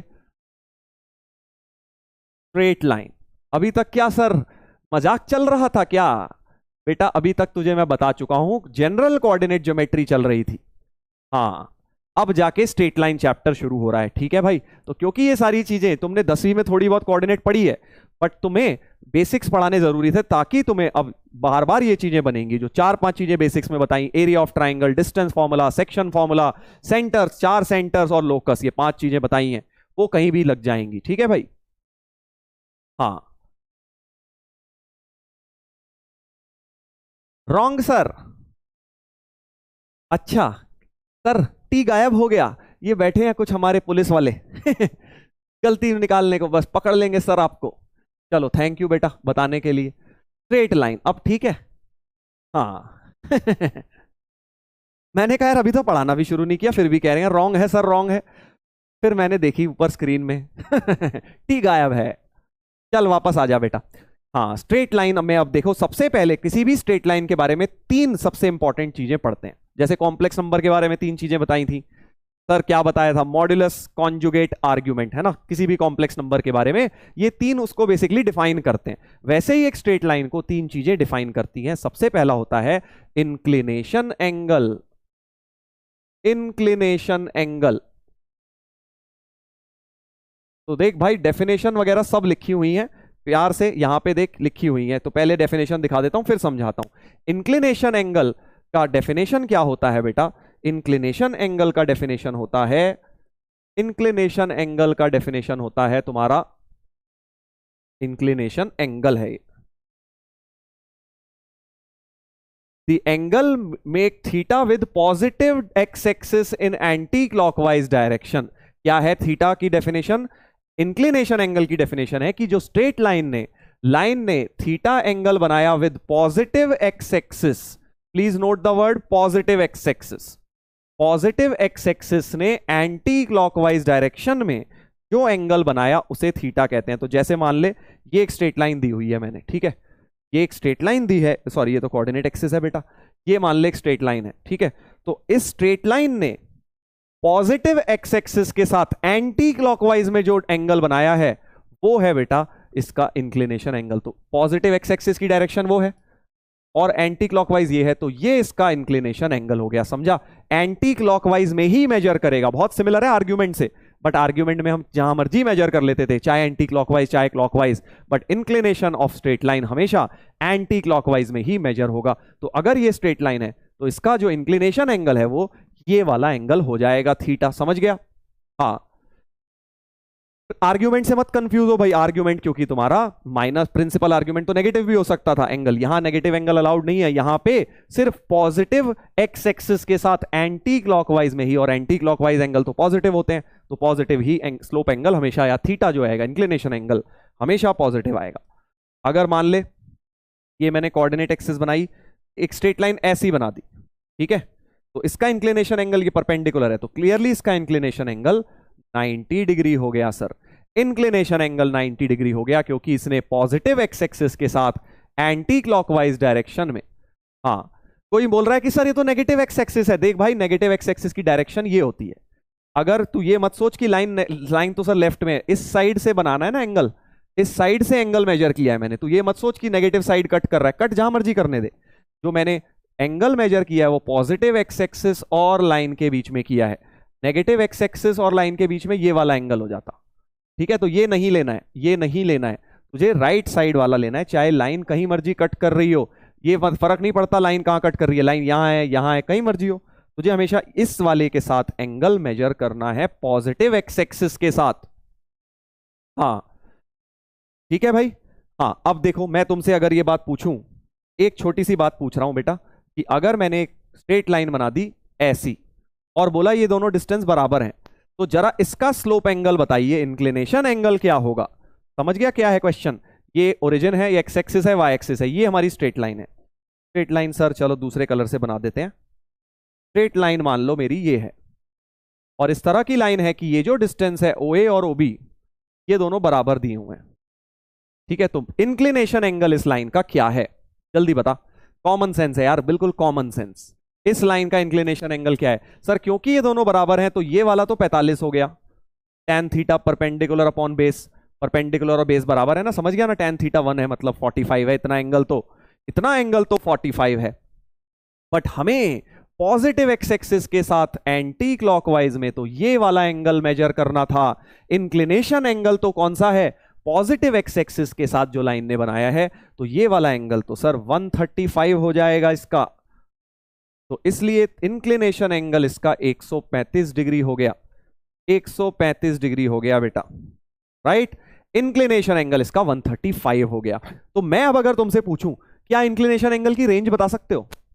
ये जो इंक्लिनेशन भाई साहब है एंगल, इसकी रेंज क्या होगी? इसकी रेंज क्या होगी? सोच, इंक्लिनेशन एंगल की रेंज क्या होगी सर? उसके लिए बेटा थोड़ी सी कलाकारी करनी पड़ेगी। थीटा की रेंज देख, जब भी स्ट्रेट लाइन बिल्कुल ही एक्स एक्सिस के पैरेलल हो जाएगी तो इसने एक्स एक्सिस के साथ 0 एंगल बनाया है। अगर लाइन एक्स एक्सिस के पैरेलल हो गई तो 0, नेगेटिव होगा नहीं सर, क्योंकि एंटी क्लॉकवाइज डायरेक्शन में एंगल पॉजिटिव होते हैं, ठीक है। तो अब सोच, अगर मैं इस लाइन को देखता जाऊं, देख अगर ऐसे होगी तो 0 होगा, ध्यान से देखना, थोड़ा सा घुमाया तो एक्यूट एंगल कुछ बना कुछ बना कुछ बना, ऐसे गया तो 90 होगी। उसके बाद सर थोड़ा और आगे तक घुमाते जाओ, ऑप्ट्यूज भी बन रहा है, ये देखो सब में ऑप्ट्यूज एंगल बन रहा है, समझ पा रहे हो, ये सब देखो ऑप्ट्यूज एंगल बना रहे हैं ये वाले। अब जैसे ही तुम यहां तक लाइन को ले आओगे, देखो ये वाला ऑलमोस्ट, ये वाला तुम्हारा ऑलमोस्ट ऑलमोस्ट तुम्हारा 180 तक ऐसे आ गया है, ठीक है, समझ पा रहे हो ना, ये वाला एंगल 180 आ गया। अब 180 से बड़ा नहीं हो पाएगा, क्योंकि जैसे ही और घुमाओगे अब लाइन उधर से उठ जाएगी, जैसे ही और घुमाओगे लाइन इधर से उठ जाएगी। तो कोई भी इंक्लिनेशन एंगल तुमने देखा 0 से शुरू हो सकता है, यहां तक 0 है, और बढ़ते बढ़ते एक्यूट एंगल हुआ, यहां ऐसे 90 हुआ, 90 होते होते फिर और बढ़ते बढ़ते बढ़ते बढ़ते 180 तक गया। 180 जैसे ही होने की कोशिश करेगा उधर से, फिर पैरेलल हो गई, 0 हो गया, और 180 से बड़ा करने की कोशिश करी तो फिर एक्यूट एंगल ही आ जाएगा। समझ गए कि नहीं समझे इस कहानी से कि 180 तक ही रहेगा, बहुत इंपॉर्टेंट है ये। इंक्लिनेशन एंगल की रेंज क्या हो गई, 0 से 180 हो गई सर, 0 पे क्लोज्ड, 180 पर ओपन। क्योंकि अभी देखा था इस ड्राइंग में हमने कि बेटा जैसे ही एंगल 0 हो रहा था, जैसे ही एंगल 180 हो रहा था, 180 घूम फिर के ऐसे आ रही थी ना लाइन ऐसे, तब फिर से 0 हो गया था एक्स एक्सिस के पैरेलल। तो 0 को हम लेते हैं, 180 को नहीं लेते। 0 क्लोज्ड 180 ओपन। इंक्लिनेशन एंगल की रेंज जो होती है बहुत बहुत इंपॉर्टेंट है। हाँ 180 कभी नहीं होगा, क्योंकि जैसे ही 180 की तरफ बेटा लाइन जाना चाह रही थी, ये देख, जैसे ही 180, ये तेरा 0 था, 180 की तरफ जब जाना चाह रही थी तो वापस लाइन ऐसी 0 बन जाएगी, एक्स एक्सिस के पैरेलल ही हो जाएगी। इसलिए तुम्हारा इंक्लिनेशन एंगल सिर्फ और सिर्फ 0 से 180 रहेगा। याद रखना, ये बहुत काम आने वाली है आगे। सर रेंज की क्या जरूरत है, आगे आएगी ना बेटा। हाँ सारी चीजें अभी फर्स्ट लेक्चर में थोड़ी काम आ जाएंगी, आगे चौथे पांचवें छठे लेक्चर में जाके काम आएगी। सर मुझे रोस्ट कर दो, एक भाई हमारे लिख रहे हैं चैट पे, सर मुझे रोस्ट कर दो। वाह बेटा, एक टीवी सीरीज आता था बहुत दिनों पहले, बहुत सालों पहले ना टीवी पे, उसमें एक होते थे सक्सेना जी। उनकी याद आ गई बेटा मुझे तेरी बात सुन के। कोई रिलेट कर पा रहा है क्या, सक्सेना जी कौन थे? एक कैरेक्टर होते थे वो एक टीवी सीरीज में, उन्हें बड़ा मजा आता था ऐसे ही काम करने में।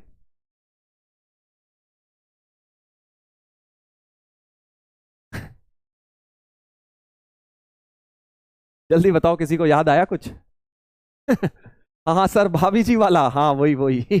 उसमें होता था ऐसा, उन्हें बड़ा मजा आता था थप्पड़ खाने में, उन्हें मजा आता था कि लोगों ने थप्पड़ मारे, तो वही वाली बात कर दी बेटा तूने। सर मुझे रोस्ट कर दो। आई लाइक इट, हाँ जिसका डायलॉग था आई लाइक इट। वही वाली बात कर दी बेटा तूने, सर मुझे रोस्ट कर दो सर, मुझे बड़ा मजा आता है सर। हम्म, चलो बेटा वापस आते हैं, वापस आएंगे क्वेश्चन में। हाँ तो इंक्लिनेशन एंगल की रेंज ये है, और ये काम आएगी आगे जाके। इंक्लिनेशन एंगल थीटा की रेंज 0 से 180 होती है, 0 पे क्लोज्ड, 180 पर ओपन, या पाए लिख लो, एक ही बात है बेटा। हाँ ऐसे, तो ये बात हो गई इंक्लिनेशन एंगल की, ठीक है। अब आ जाते हैं स्लोप की। स्लोप इज नथिंग बट, अगर अब लाइन की स्लोप समझना चाहते हो तो स्लोप भाई होती है tan थीटा। ये जो थीटा निकाला है बस इसका tan ले डाल, tan of this inclination angle is called slope of the line. Inclination angle का tan लेके स्लोप आ जाएगी, तो स्लोप की रेंज क्या हो जाएगी? अब सोच, स्लोप तो सर पॉजिटिव भी हो सकती है, एक्यूट एंगल लूंगा, ऑब्ट्यूज ले लूंगा तो नेगेटिव भी हो जाएगी, क्योंकि tan थीटा नेगेटिव होगा, और 90 डिग्री पर स्लोप इंफिनिटी भी हो सकती है, वेरी वेरी इंपॉर्टेंट।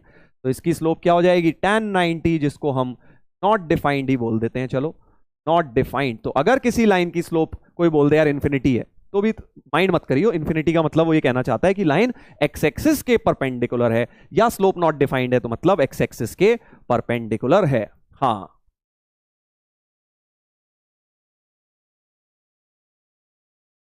ऐसे, ठीक है। तो अगर 0 स्लोप कब होगी? जब एक्स एक्सिस के पैरेलल है। स्लोप नॉट डिफाइंड या इंफिनिटी कब होगी? जब वाई एक्सिस के पैरेलल या एक्स एक्सिस के परपेंडिकुलर लाइन बन जाएगी। तो स्लोप की वैल्यू कुछ भी हो सकती है, इस तरह से स्लोप कुछ भी हो सकती है। अब स्लोप का बेटा एक और फॉर्मूला तुम्हें पक्का सलीम सर ने कराया होगा, स्लोप इन 2 पॉइंट फॉर्म। स्लोप इन 2 पॉइंट फॉर्म, क्या ये करवाया है बेटा कि अगर एक लाइन के ऊपर 2 पॉइंट्स दिए हो तो उसकी स्लोप कैसे निकालते हैं? जल्दी से बता दो अगर ये कराया है तो, नहीं तो मैं तुम्हें जल्दी से 2 मिनट में प्रूव करके दिखा दूंगा कि एक लाइन के ऊपर अगर 2 पॉइंट्स दे दिए गए से x1 y1 और x2 y2, तो इस लाइन की स्लोप क्या होती है? PQ लाइन की स्लोप क्या होती है? नहीं बताया है सर। चल कोई बात नहीं, अब देख ले। स्लोप होती है बेटा y2 minus y1, y coordinate घटाओ अपॉन x कोऑर्डिनेट घटाओ। ये होती है स्लोप का फॉर्मूला। बिल्कुल याद कर ले, स्लोप के दो फॉर्मूले हैं, एक तो है tan थीटा, वो तो बेटा ट्रिग्नोमेट्री की मदद से निकालेगा, और स्लोप का ही एक और फॉर्मूला है 2 पॉइंट फॉर्म में, which is called y2 minus y1 upon x2 minus x1। Yes sir बताया है।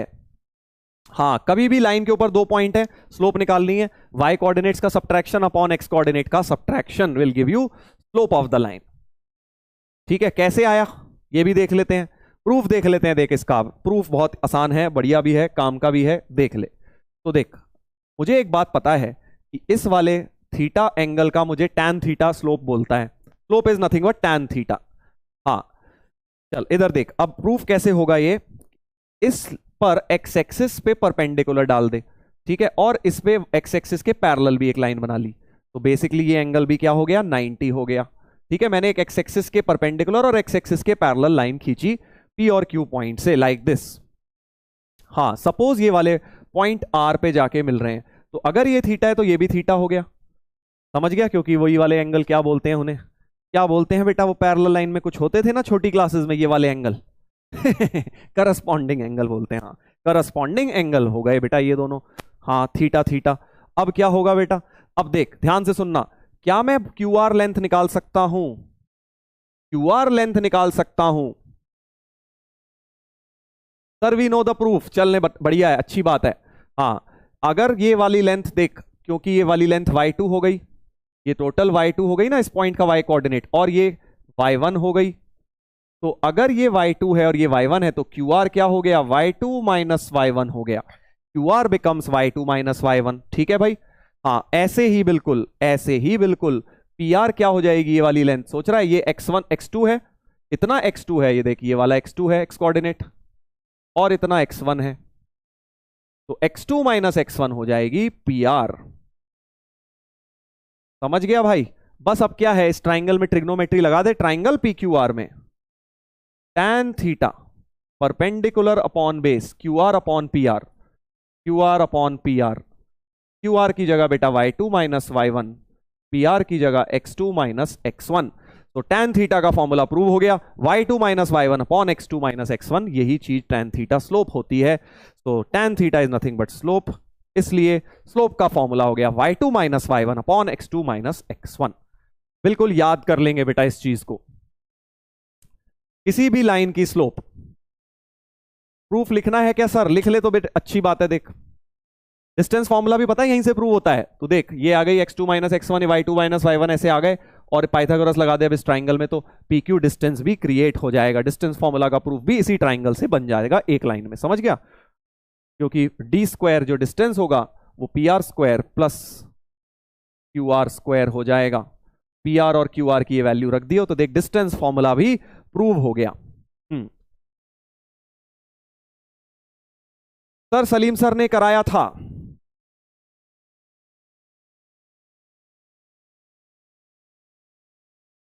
अच्छी बात है बेटा, चलो बहुत बढ़िया। तो अब आ जाते हैं आगे, ये स्लोप की बात हो गई है। स्लोप की बात तो मैंने बोला था 3 डेफिनेशन है। क्या क्या डेफिनेशन है? एक है स्लोप, एक है इंक्लिनेशन, इंक्लिनेशन एंगल, एक है स्लोप, और एक है बेटा intercepts made by a straight line. Intercepts, तो 2 इंटरसेप्ट होते हैं, एक्स इंटरसेप्ट और वाई इंटरसेप्ट। तो एक्स इंटरसेप्ट की डेफिनेशन होती है x coordinate of the point where line cuts x axis. X coordinate, अब हम क्या पढ़ रहे हैं बेटा, intercepts made by a line पढ़ रहे हैं। हाँ, ये सब थ्योरेटिकल चीजें हैं, देख ध्यान से पढ़ेंगे। हाँ, एक्स इंटरसेप्ट होता है x coordinate of the point where line cuts x axis. तो मान लीजिए कि हमारे पास एक लाइन है, ध्यान से देखो, मान लो ये स्ट्रेट लाइन है, ठीक है, ये ऐसी लाइन है, सपोज ऐसी लाइन है, ठीक है, ये ओरिजिन है, मान लो ये एक्स एक्सिस को कट कर रही है -3 पे, और वाई एक्सिस को कट कर रही है 0,5 पे, तो इसका एक्स इंटरसेप्ट क्या हो जाएगा, एक्स इंटरसेप्ट हो जाएगा जहां पर एक्स एक्सिस को कट कर रही है, यानी जिस पॉइंट पर एक्स एक्सिस को कट कर रही है उसका एक्स कोऑर्डिनेट ही एक्स इंटरसेप्ट होता है। इससे सिंपल क्या डेफिनेशन होगी, x intercept is x coordinate of the point जहां लाइन एक्स एक्सिस को कट करती है, यानी एक्स इंटरसेप्ट -3 हो जाएगा और वाई इंटरसेप्ट क्या हो जाएगा, वाई इंटरसेप्ट हो जाएगा इसका 5 हो जाएगा वाई इंटरसेप्ट, क्योंकि ऊपर कट कर रही है 0,5 पे ऐसे। तो 0, -3 पे -3 0 पे कट किया तो एक्स इंटरसेप्ट -3, 0,5 पे कट किया तो y intercept, y coordinate of the point जहां वाई एक्सिस को कट करेगी लाइन उसको बोलते हैं वाई इंटरसेप्ट। ठीक है, अब तुम्हारे दिमाग में नेचुरली एक बात आई होगी कि सर ऐसी लाइन का इंटरसेप्ट क्या होगा। ऐसी लाइन का देख, जब अगर लाइन वाई एक्सिस के पैरेलल हो गई तो इसका y इंटरसेप्ट डिफाइंड ही नहीं है, क्योंकि y एक्सिस को तो कट ही नहीं करेगी। x इंटरसेप्ट तो ठीक है ये वाले पॉइंट से आ जाएगा इतना, x इंटरसेप्ट तो डिफाइंड होगा, बट y इंटरसेप्ट इसका डिफाइंड ही नहीं है, तो इसका y इंटरसेप्ट नॉट डिफाइंड हो गया क्योंकि y एक्सिस को कट ही नहीं कर रही। और सिमिलरली अगर x एक्सिस के पैरेलल एक लाइन बना दूं, x एक्सिस के पैरेलल एक लाइन बना दूं तो ये x एक्सिस को कभी कट नहीं करेगी, तो इसका x इंटरसेप्ट नॉट डिफाइंड हो जाएगा। ठीक है, तो अगर x एक्सिस के पैरेलल लाइन है तो उसका x इंटरसेप्ट नॉट डिफाइंड होगा, y एक्सिस के पैरेलल लाइन है तो y इंटरसेप्ट नॉट डिफाइंड होगा। एसएम सर ने बताया था सर, हाँ देख अब तुझे वो सारी चीजें मैथ्स की जो उनको जरूरत पड़ती है वो बता रहे थे टीचर्स, अब तुम्हें उससे रिलेट कर पाओगे। स्ट्रेट लाइंस पढ़ने के बाद तुम्हें फिजिक्स केमिस्ट्री में बहुत हेल्प मिलने वाली है। चलिए, तो ये बातें हमारी हो गई हैं, ये बातें हमारी हो गई हैं भाई। चल एक जल्दी से स्लोप पे एक सवाल लगा लेते हैं, हल्का फुल्का सा सवाल, फिर हम पढ़ेंगे आगे की थ्योरी। सर जेड इंटरसेप्ट क्या होता है? बेटा 2D ज्योमेट्री पढ़ रहे हैं अभी हम, ठीक है, 2 डायमेंशनल में जेड एक्सिस का कोई काम नहीं है। 3D आएगी तब जेड इंटरसेप्ट भी बताऊंगा बेटा, तब 3D ज्योमेट्री आएगी 12th में, 11th में भी आएगी हल्की फुल्की, बट मेन आएगी 12th में, वहां पर जेड इंटरसेप्ट की भी बात करेंगे। अभी 2D ज्योमेट्री चल रही है, एक्स और वाई एक्सिस की बस बात चल रही है। चलो क्वेश्चन क्या है, एबीसी पॉइंट्स दिए हैं, slope of the line passing through A and bisecting BC. समझ गया भाई क्या कहना चाहता है? ये कहना चाहता है कि सर एक ट्राइंगल है, ए के कोऑर्डिनेट्स 2, 3 हैं, बी के कोऑर्डिनेट्स 3, 1 हैं, सी के कोऑर्डिनेट्स 5, 3 हैं। तो ऐसी लाइन की स्लोप बताओ जो ए से पास करे एंड बीसी को बाइसेक्ट करे, मतलब बीसी के मिड पॉइंट से ज्वाइन कर दीजिए इसको, तो ए से जो बीसी के मिड पॉइंट को ज्वाइन करके लाइन बनी होगी AD, इस लाइन AD की स्लोप बतानी है। देख स्लोप निकालने के सिर्फ 2 ही तरीके हैं, या तो एंगल विद एक्स एक्सिस मिल जाए जो कि यहां है नहीं, या 2 पॉइंट मिल जाए, लाइन पे 2 पॉइंट मिल गए, खट से स्लोप मिल जाएगी। बिल्कुल मिल जाएंगे सर, मिड पॉइंट फॉर्मूला लगा दो, D आ जाएगा 5, 3, 8, 4 और 3 और 1 4 2। सेक्शन फॉर्मूले से D के कोऑर्डिनेट्स आ गए, और अब बेटा स्लोप ऑफ AD तो खट से निकल गई, MAD लिख रहा हूं मैं, slope of AD y2 minus y1, so 3 minus 2 upon x2 minus x1 2 minus 4, तो 1 अपॉन माइनस 2 माइनस हाफ बन गई स्लोप, माइनस हाफ बन गई स्लोप। ऐसे हलवा यार हलवा, ऐसे करने हैं। आगे आएंगे अभी क्वेश्चन बहुत स्ट्रेट लाइन में, तो वहां यूज होगा, ठीक है। ये मत सोचियो सर ये तो बहुत आसान चल रहा है, बेटा अभी स्टार्ट करी है ज्योमेट्री, अभी लेवल तू देख कहां से कहां पहुंचेगा, बट सही समय आने पे यार, ठीक है। ये नहीं कि हाई फाई चीजें करा दूं और तू वहां फंस जाए, ऐसे करवाना है कि वो हाई फाई चीजें तू खुद कर भी पाए बेटा, ठीक है ना, ऐसे। चलो अब कुछ कपल ऑफ इंपॉर्टेंट फैक्ट्स, कुछ इंपॉर्टेंट बातें। क्या इंपॉर्टेंट बातें? चलो पहले तो ये बताओ, क्या ये लाइंस की इक्वेशंस पढ़ी हुई हैं तुमने? ये वाली इक्वेशंस पढ़ी हैं क्या? हाँ, क्या ये इक्वेशंस पढ़ी हैं?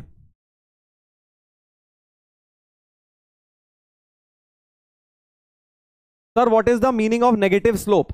बेटा नेगेटिव स्लोप का मतलब ये हुआ ना कि tan थीटा ऑब्ट्यूज बन रहा होगा, समझ गया? जो एंगल स्लोप tan थीटा था स्लोप, तो मतलब ये नेगेटिव आया, मतलब ऑब्ट्यूज एंगल जब लाइन बनाएगी तो उसकी स्लोप थीटा जो है ऑब्ट्यूज है, ऑब्ट्यूज आएगा, तो जो स्लोप आएगी वो नेगेटिव बन जाएगी तुम्हारी। ये मतलब हो गया इसका, नेगेटिव स्लोप का ये मतलब है। हाँ जी, क्या ये आपको पढ़ाई गई है? Yes sir, yes sir, no sir, no sir. चल पोल में बता दे यार, ऐसे तो मुझे क्या ही समझ आएगा। क्या ये पढ़ा हुआ है? यस तो थम्स अप कर दियो, नो तो बेटा थम्स डाउन कर दियो, ठीक है, जल्दी बता।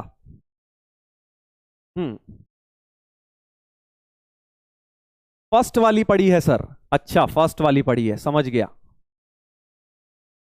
कोई दिक्कत नहीं है, सेकंड तो वैसे ही कराएंगे। हम्म।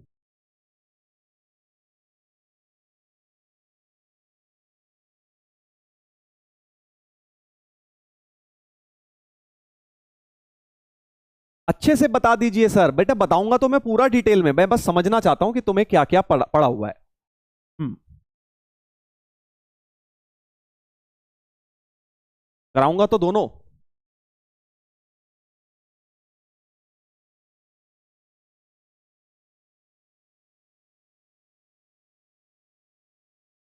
हम्म।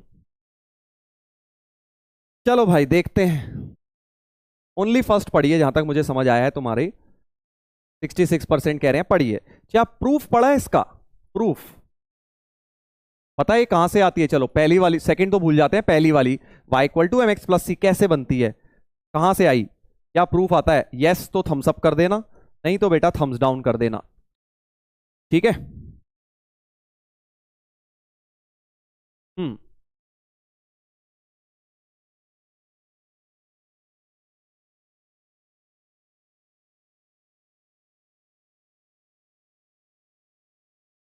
सभी लोग नो लिख रहे हैं आई थिंक प्रूफ के लिए, तो शायद प्रूफ नहीं पढ़ा हुआ है। ठीक है, समझ गया मैं, कोई दिक्कत नहीं है। चलो तो अब हम शुरू करते हैं इस टॉपिक को, हमारा स्लोप इंटरसेप्ट फॉर्म। तो various forms of straight line शुरू कर रहे हैं। Various forms of straight line शुरू कर रहे हैं। अब हम लोग एक बार पोल खत्म होने देते हैं, फिर स्टार्ट करते हैं।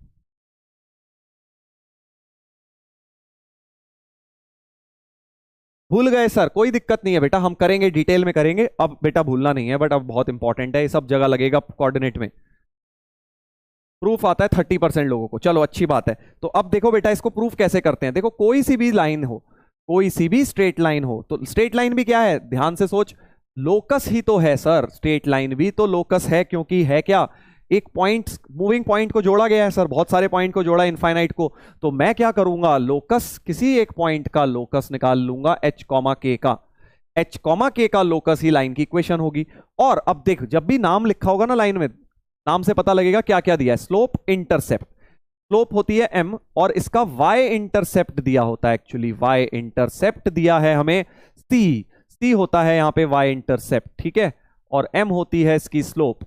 ये तुमने पढ़ा होगा। अब इसको कैसे लाएंगे, इधर देखो, y इंटरसेप्ट c है, इसका मतलब ये वाला पॉइंट के कोऑर्डिनेट्स पता है सर, समझ गया, क्योंकि y इंटरसेप्ट कहां से होती है, जहां y एक्सिस को कट करता है। तो अगर y इंटरसेप्ट c है, ये c क्या है, y इंटरसेप्ट है, तो 0 कॉमा सी, ये गिवन है, ये मान के चलो ये गिवन है कि c is y intercept, m is slope, c is y intercept and m is the slope. ठीक है भाई, तो 0 कॉमा सी हो गया, 0 कॉमा सी ये वाला पॉइंट हो गया, और इस लाइन की स्लोप भी m दी हुई है, इस लाइन की स्लोप भी बेटा m दी हुई है, राइट। अब तू 2 पॉइंट फॉर्म से स्लोप बराबर कर दे। ज्योमेट्रिकल कंडीशन क्या है कि इस लाइन की स्लोप m है, तो 2 पॉइंट फॉर्म से स्लोप आती है k minus C upon H minus 0। ये हो गई 2 पॉइंट फॉर्म से स्लोप, और स्लोप तो m है, तो k minus C equal to M H, यानी k equal to M H plus C, और बेटा एच के को रिप्लेस कर दे एक्स वाई से, तो हमारे पास आ जाएगा y equal to M X plus C. आया ना बेटा मजा, y equal to M X plus C अपनी डिराइव हो गई। ठीक है, तो जब भी आपको दो चीजें गिवन हो, स्लोप और y इंटरसेप्ट, तो तुम खट से y equal to M X plus C लगा सकते हो, y equal to M X plus C. अब तुम्हें इजी लगेगा, क्योंकि बेटा लोकस पढ़ चुके हो ना, हाँ लोकस पढ़ चुके हो, तो क्योंकि एक्स वाई क्या है इस लाइन में, कोई भी एक वेरिएबल पॉइंट, जो एच के था वही एक्स वाई बन गया। मतलब जब इन इनफाइनाइट पॉइंट्स को जोड़ते जाओगे एच के वाले, तो ये लाइन की इक्वेशन मिल जाएगी, वो पाथ फॉलोड मिल जाएगा आपको ऐसे। ठीक है, तो ये काम है लोकस का, हर चीज का डेरिवेशन में लोकस लगना है यहां पे। अब एवरीथिंग इज लोकस, क्योंकि हर एक चीज कर्व पढ़ेंगे, स्ट्रेट लाइन, सर्कल, पैराबोला, सारे के सारे जो भी मैंने बेटा ड्राइंग कर दी ऐसे समझ ले लोकस है। साइन एक्स लोकस है, क्योंकि साइन एक्स ऐसा ग्राफ है, तो ये भी एक लोकस है, सारे के सारे लोकस हो गए, समझे। चलिए सेकंड फॉर्म क्या है, स्लोप पॉइंट फॉर्म। अब जो स्लोप है वो m दी है, और अब एक जनरल पॉइंट x1 y1 दिया है लाइन पर। पहले क्या दिया था, y इंटरसेप्ट c दिया था, जिसकी वजह से 0 कॉमा सी एक पॉइंट हो गया था, राइट। अब को बोल रहे हैं नहीं, y इंटरसेप्ट भूल जाओ, अब हम तुम्हें क्या क्या दे रहे हैं, तो ये अलग अलग तरीके हैं, कंफ्यूज मत हो, इधर देखो, अलग अलग तरीके हैं लाइन की इक्वेशन निकालने के। पहला तरीका था कि जब स्लोप दी और वाई इंटरसेप्ट दिया हो। दूसरा तरीका है कि तुम्हें फिर से स्लोप दी है, स्लोप तो दी है इस लाइन की, और क्या दिया है, एक पॉइंट दिया है x1 y1 इस लाइन के ऊपर, इस लाइन के ऊपर एक पॉइंट दिया है बेटा x1 y1। ठीक है, पहले दिया था स्लोप एंड वाई इंटरसेप्ट, अब दिया है स्लोप एंड पॉइंट।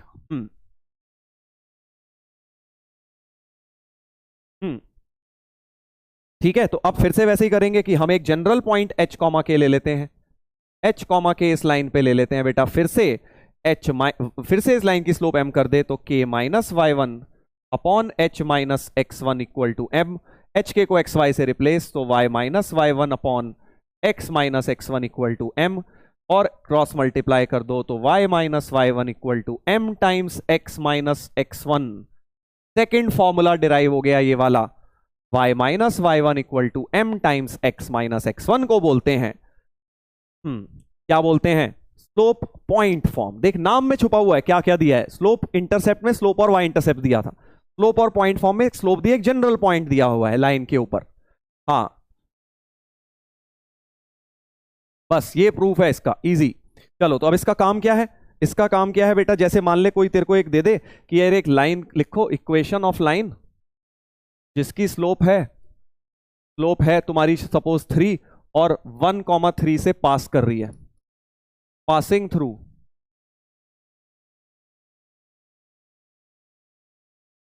1,3 कुछ भी लिख लिया यार, तो तुम्हारे को बेसिकली स्लोप यानी m दिया है 3 और x1 y1 दिया हुआ है 1,3, तो अपने स्लोप पॉइंट फॉर्म में फिट कर दो y minus y one equal to m times x minus x one, तो y minus 3 equal to 3 into x minus one, समझ गए, x1 की जगह 1, y1 की जगह 3 और m की जगह भी 3, तो y इक्वल टू 3x इस लाइन की इक्वेशन बनकर आ गई बेटा, y इक्वल टू 3x इस लाइन की इक्वेशन बन के आ गई, इजी इजी बेटा ऐसे। तो ये है इसका काम कि जब भी तेरे को स्लोप और पॉइंट दे दें तो तू समझ जा ये लगाना है, स्लोप और y इंटरसेप्ट दे दें ऊपर वाला लगा दियो यार।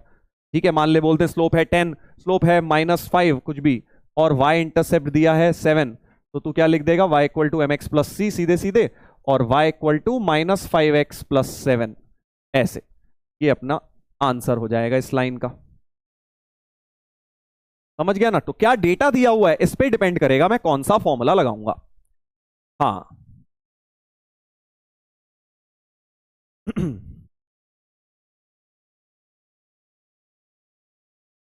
ठीक है भाई, ऐसे ये इनका काम है,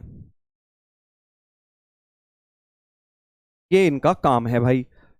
चलिए अब मैं कुछ आपको बढ़िया बढ़िया बातें बता रहा हूं, कुछ बढ़िया बढ़िया बातें बता रहा हूं, ध्यान से देखेंगे, दो तीन इंपॉर्टेंट पॉइंट्स। हाँ दोनों दो फॉर्मूले समझ आ गए, दो फॉर्म्स समझाई हैं मैंने, अभी बहुत सारी फॉर्म्स है बेटा, अभी दो ही फॉर्म्स बताई हैं बस, और भी आएंगे अभी 6 फॉर्म्स, 5 या 6 फॉर्म्स और आएंगी, बट उससे पहले छोटे छोटे फंदे समझ लेते हैं क्योंकि ये क्वेश्चन करने में काम आएंगे। क्या है देखो, ध्यान से सुनेंगे।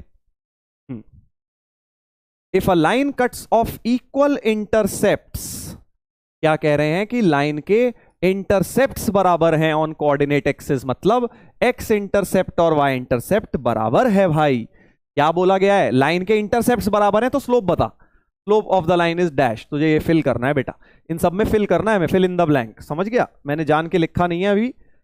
हाँ हमें फिल करना है और फिर लर्न भी करना है। क्या बोल रहे हैं, अगर लाइन के इंटरसेप्ट्स बराबर हैं, एक्स इंटरसेप्ट वाई इंटरसेप्ट बराबर हैं, तो उसकी स्लोप क्या होगी जरा बता, सोच के देख। हाँ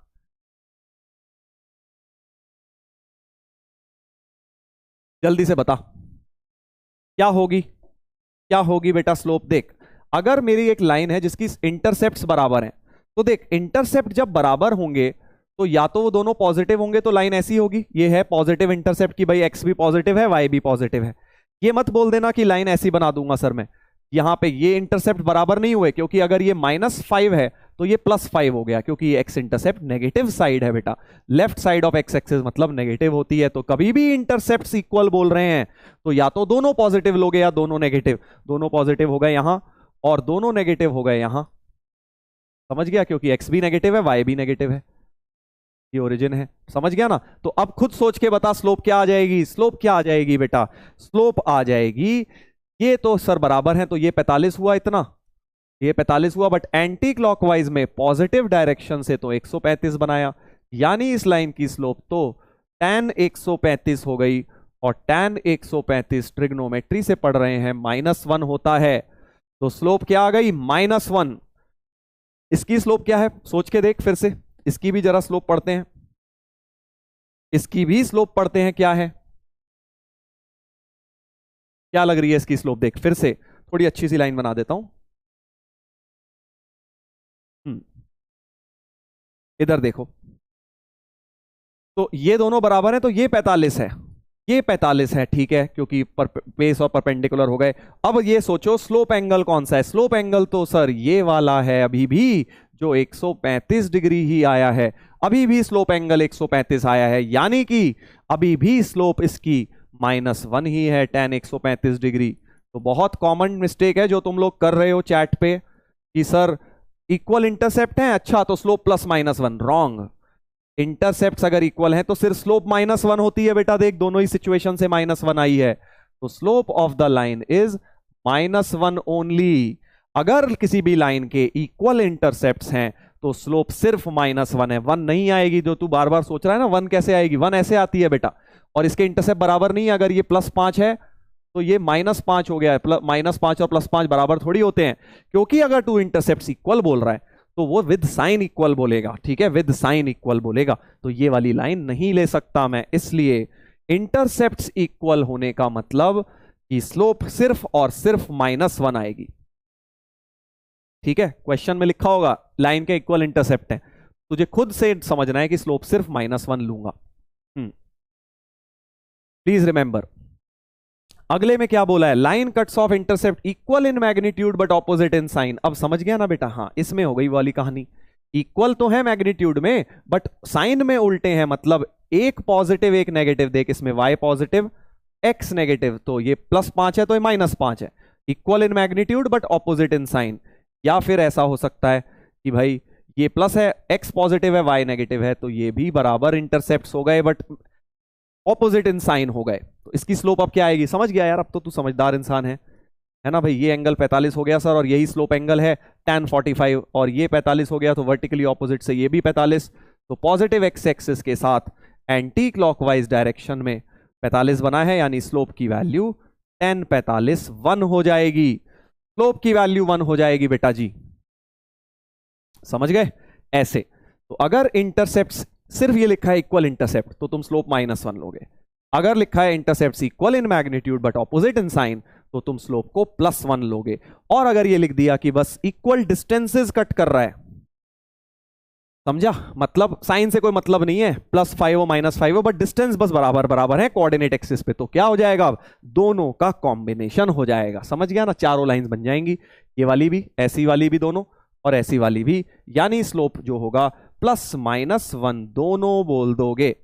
तो अगर equal in magnitude, sorry equal distances बोला जाए तो +-1 तब लेगा, ठीक है, ऐसे याद रखना है, ये बहुत इंपॉर्टेंट स्लाइड है, इसमें मैंने बहुत बच्चों को कंफ्यूज होते देखा है, आपको नहीं होना, जब भी इक्वल इंटरसेप्ट्स खट से स्लोप -1 ऐसे करना है, इक्वल डिस्टेंस तो आपको दोनों लेना है।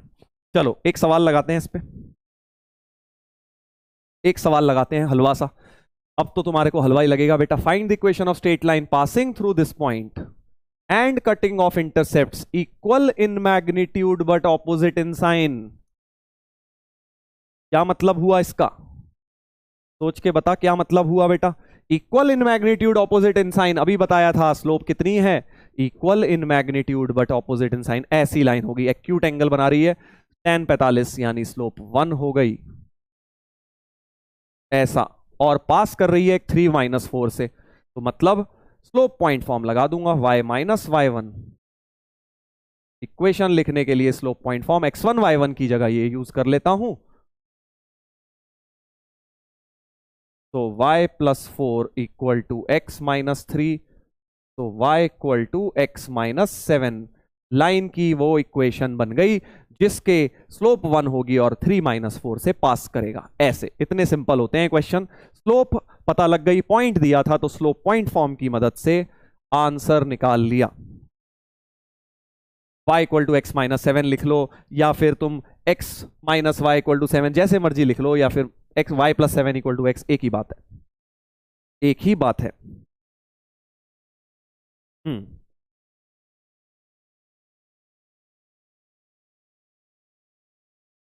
एक ये करेंगे, एक ये करेंगे बेटा। इसको बताइए क्या लिखा हुआ है। Find the equation of straight line cutting off an intercept of 3 from negative direction of axis of y. देख, लैंग्वेज, लैंग्वेज का ही सारा खेल है। अपनी हैबिट बनाओ अभी से लैंग्वेज ढंग से पढ़ने का ज्योमेट्री में। हम्म क्या होगा सोच। सोच।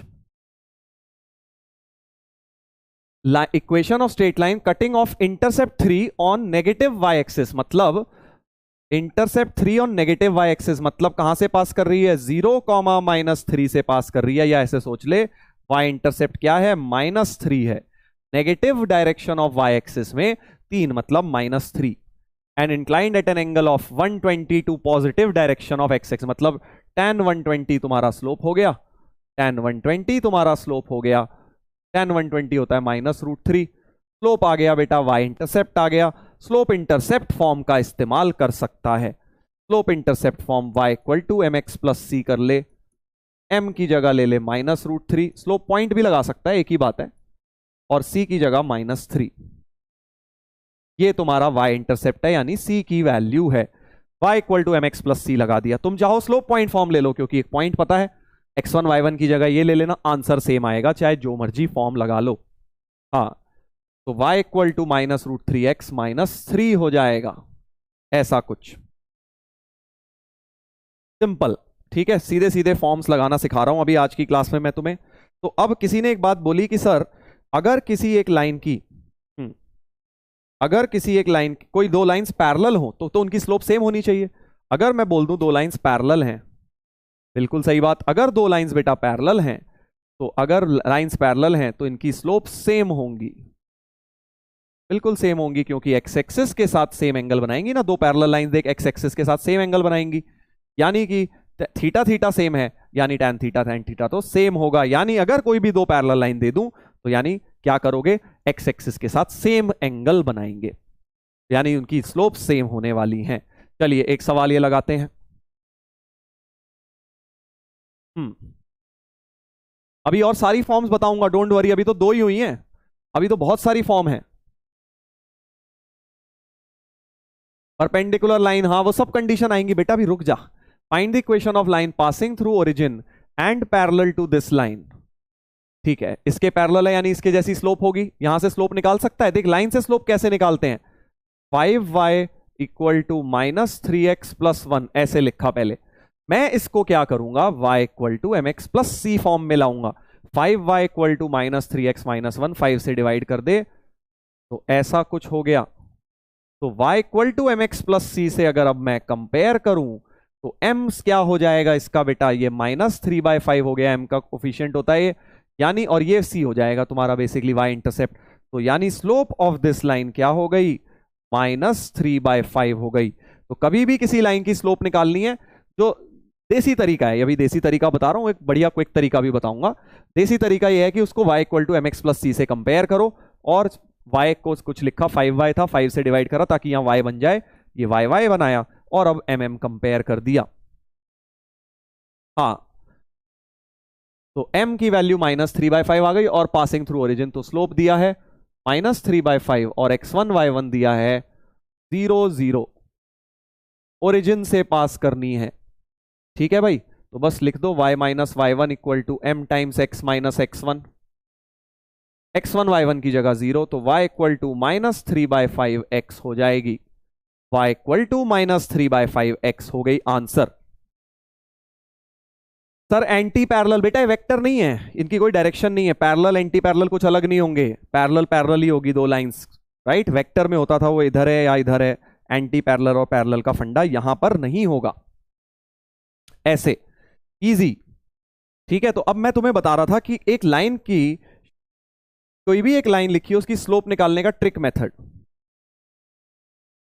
ठीक है। एक लाइन की स्लोप निकालने का अगर A X plus B Y plus C है तो क्विक तरीका क्या होता है, ये तो तरीका हो गया भाई जैसे स्कूल में कराते हैं वो तरीका हो गया, बट क्विकली स्लोप अगर निकालनी है तो माइनस ए बाय बी करके याद रख लो, माइनस ए बाय बी से स्लोप आ जाती है।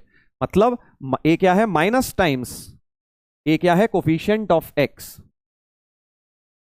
अपॉन कोफिशिएंट ऑफ वाई करके लाइन की स्लोप आ जाती है। वेरी वेरी इंपॉर्टेंट, ऐसे डायरेक्ट लिखेंगे। सो फॉर एग्जांपल अगर मान लो मेरे पास ये लाइन थी, यही वाली ले लो यार, तो स्लोप क्या लिखनी थी सीधे, तुमने ये सब नहीं करना था, minus times coefficient of x 3 upon coefficient of y 5, so -3/5।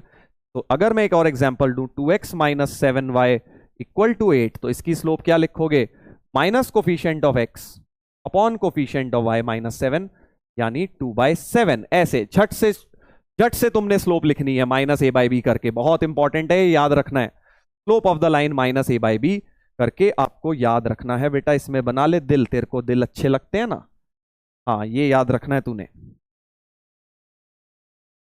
Minus A by B होता है। आईसीएससी में बताया था सर, हाँ अच्छी बात है। माइनस नहीं आएगा 2/7, माइनस माइनस कट गया है क्योंकि minus coefficient of x upon coefficient of y में माइनस माइनस कट के 2/7 आ गई है। कैसे प्रूव होगा सर ये, वैसे ही यार A X plus B Y plus C को कंपेयर कर दे, A X plus B Y plus C को पहले बी वाई को लिख ले, minus A X minus C, B से डिवाइड कर ले, बी से डिवाइड कर लिया तो यही स्लोप हो गई ना, y equal to M X plus C से कंपेयर करें तो स्लोप की value minus A by B हो गई। यही तो मैंने बोला है, so y equal to M X plus C से कंपेयर करके ही आया, झट से याद रख लिया ऑब्जेक्टिव के लिए ऐसे, ठीक है भाई। तो ये याद रखेंगे सब लोग, ये हमारा आंसर इसका आ गया है। तो बेसिक्स आज अपने 2 फॉर्म अपनी कवर हो गई हैं बेटा। एक ये होमवर्क में लगा लेना, इजी सा क्वेश्चन है, ज्यादा कुछ नहीं है इसमें, ऑप्शन चेक कर लोगे, जो अभी पढ़ाया बिल्कुल इसी के ऊपर है, ठीक है। चलो तो इतनी 2 फॉर्म्स के बाद अब हम लोग क्या करेंगे, अगली फॉर्म्स, अगली तो 3-4 फॉर्म्स हैं वो हम कल करेंगे ये सब चीजें। तो आज की होमवर्क में ये सब फॉर्म्स मैंने नहीं दी हुई हैं, राइट। आज की जो डीपीपी है उसमें प्योरली मैंने लोकस के सवाल डाले हैं, सिर्फ तुम्हारी प्रैक्टिस के लिए, स्ट्रेट लाइंस मैंने उसमें नहीं डाला है। तो आज की डीपीपी जरूर कर लीजिएगा। स्ट्रेट लाइन के ऊपर डीपीपी कल बनाऊंगा, कल दूंगा आपको, जिसमें वेरियस फॉर्म्स ऑफ लाइंस की एक साथ डीपीपी आपको दूंगा, ठीक है बेटा। आई होप बेटा समझ आ गया सब लोगों को आज का लेक्चर। देखो कुछ लोगों को बहुत ही हलवा लगा होगा, जिन्होंने पढ़ के बैठे हुए हैं उन्हें लग रहा होगा सर ये क्या चल रहा है, बहुत इजी है। कुछ लोगों को बेटा जो पहली बार पढ़ा है उनको भी साथ लेके चलना है ना, इसलिए आप ये समझिए धीरे धीरे करके बाकी लेवल हम स्ट्रेट लाइंस में भी बढ़ाएंगे जैसा बाकी चैप्टर्स में बढ़ाया है, ठीक है। चलिए तो अब जाने का समय आ गया है बच्चों, तुम्हारी भी क्लास है अगली, तुम्हारा समय ज़्यादा नहीं लूंगा, मेरी भी क्लास है इसके बाद 12th में। तो मिलेंगे अब हम लोग कल के लेक्चर में। इस बार तो अपने 4 लेक्चर्स हैं सैटरडे तक, तो पूरी पढ़ाई करेंगे, पूरा काफ़ी सारा कॉन्सेप्ट्स, काफ़ी सारा पार्ट इस चैप्टर का हम कवर कर लेंगे सैटरडे तक। तो पूरे ही वीक इस बार ढंग से पढ़िएगा क्योंकि मेन होने वाला है ये वाला हफ्ता स्ट्रेट लाइन के लिए। चलिए तो जाने का समय आ गया है बच्चों, मिलते हैं अब हम लोग कल के लेक्चर में। Take care and love you all.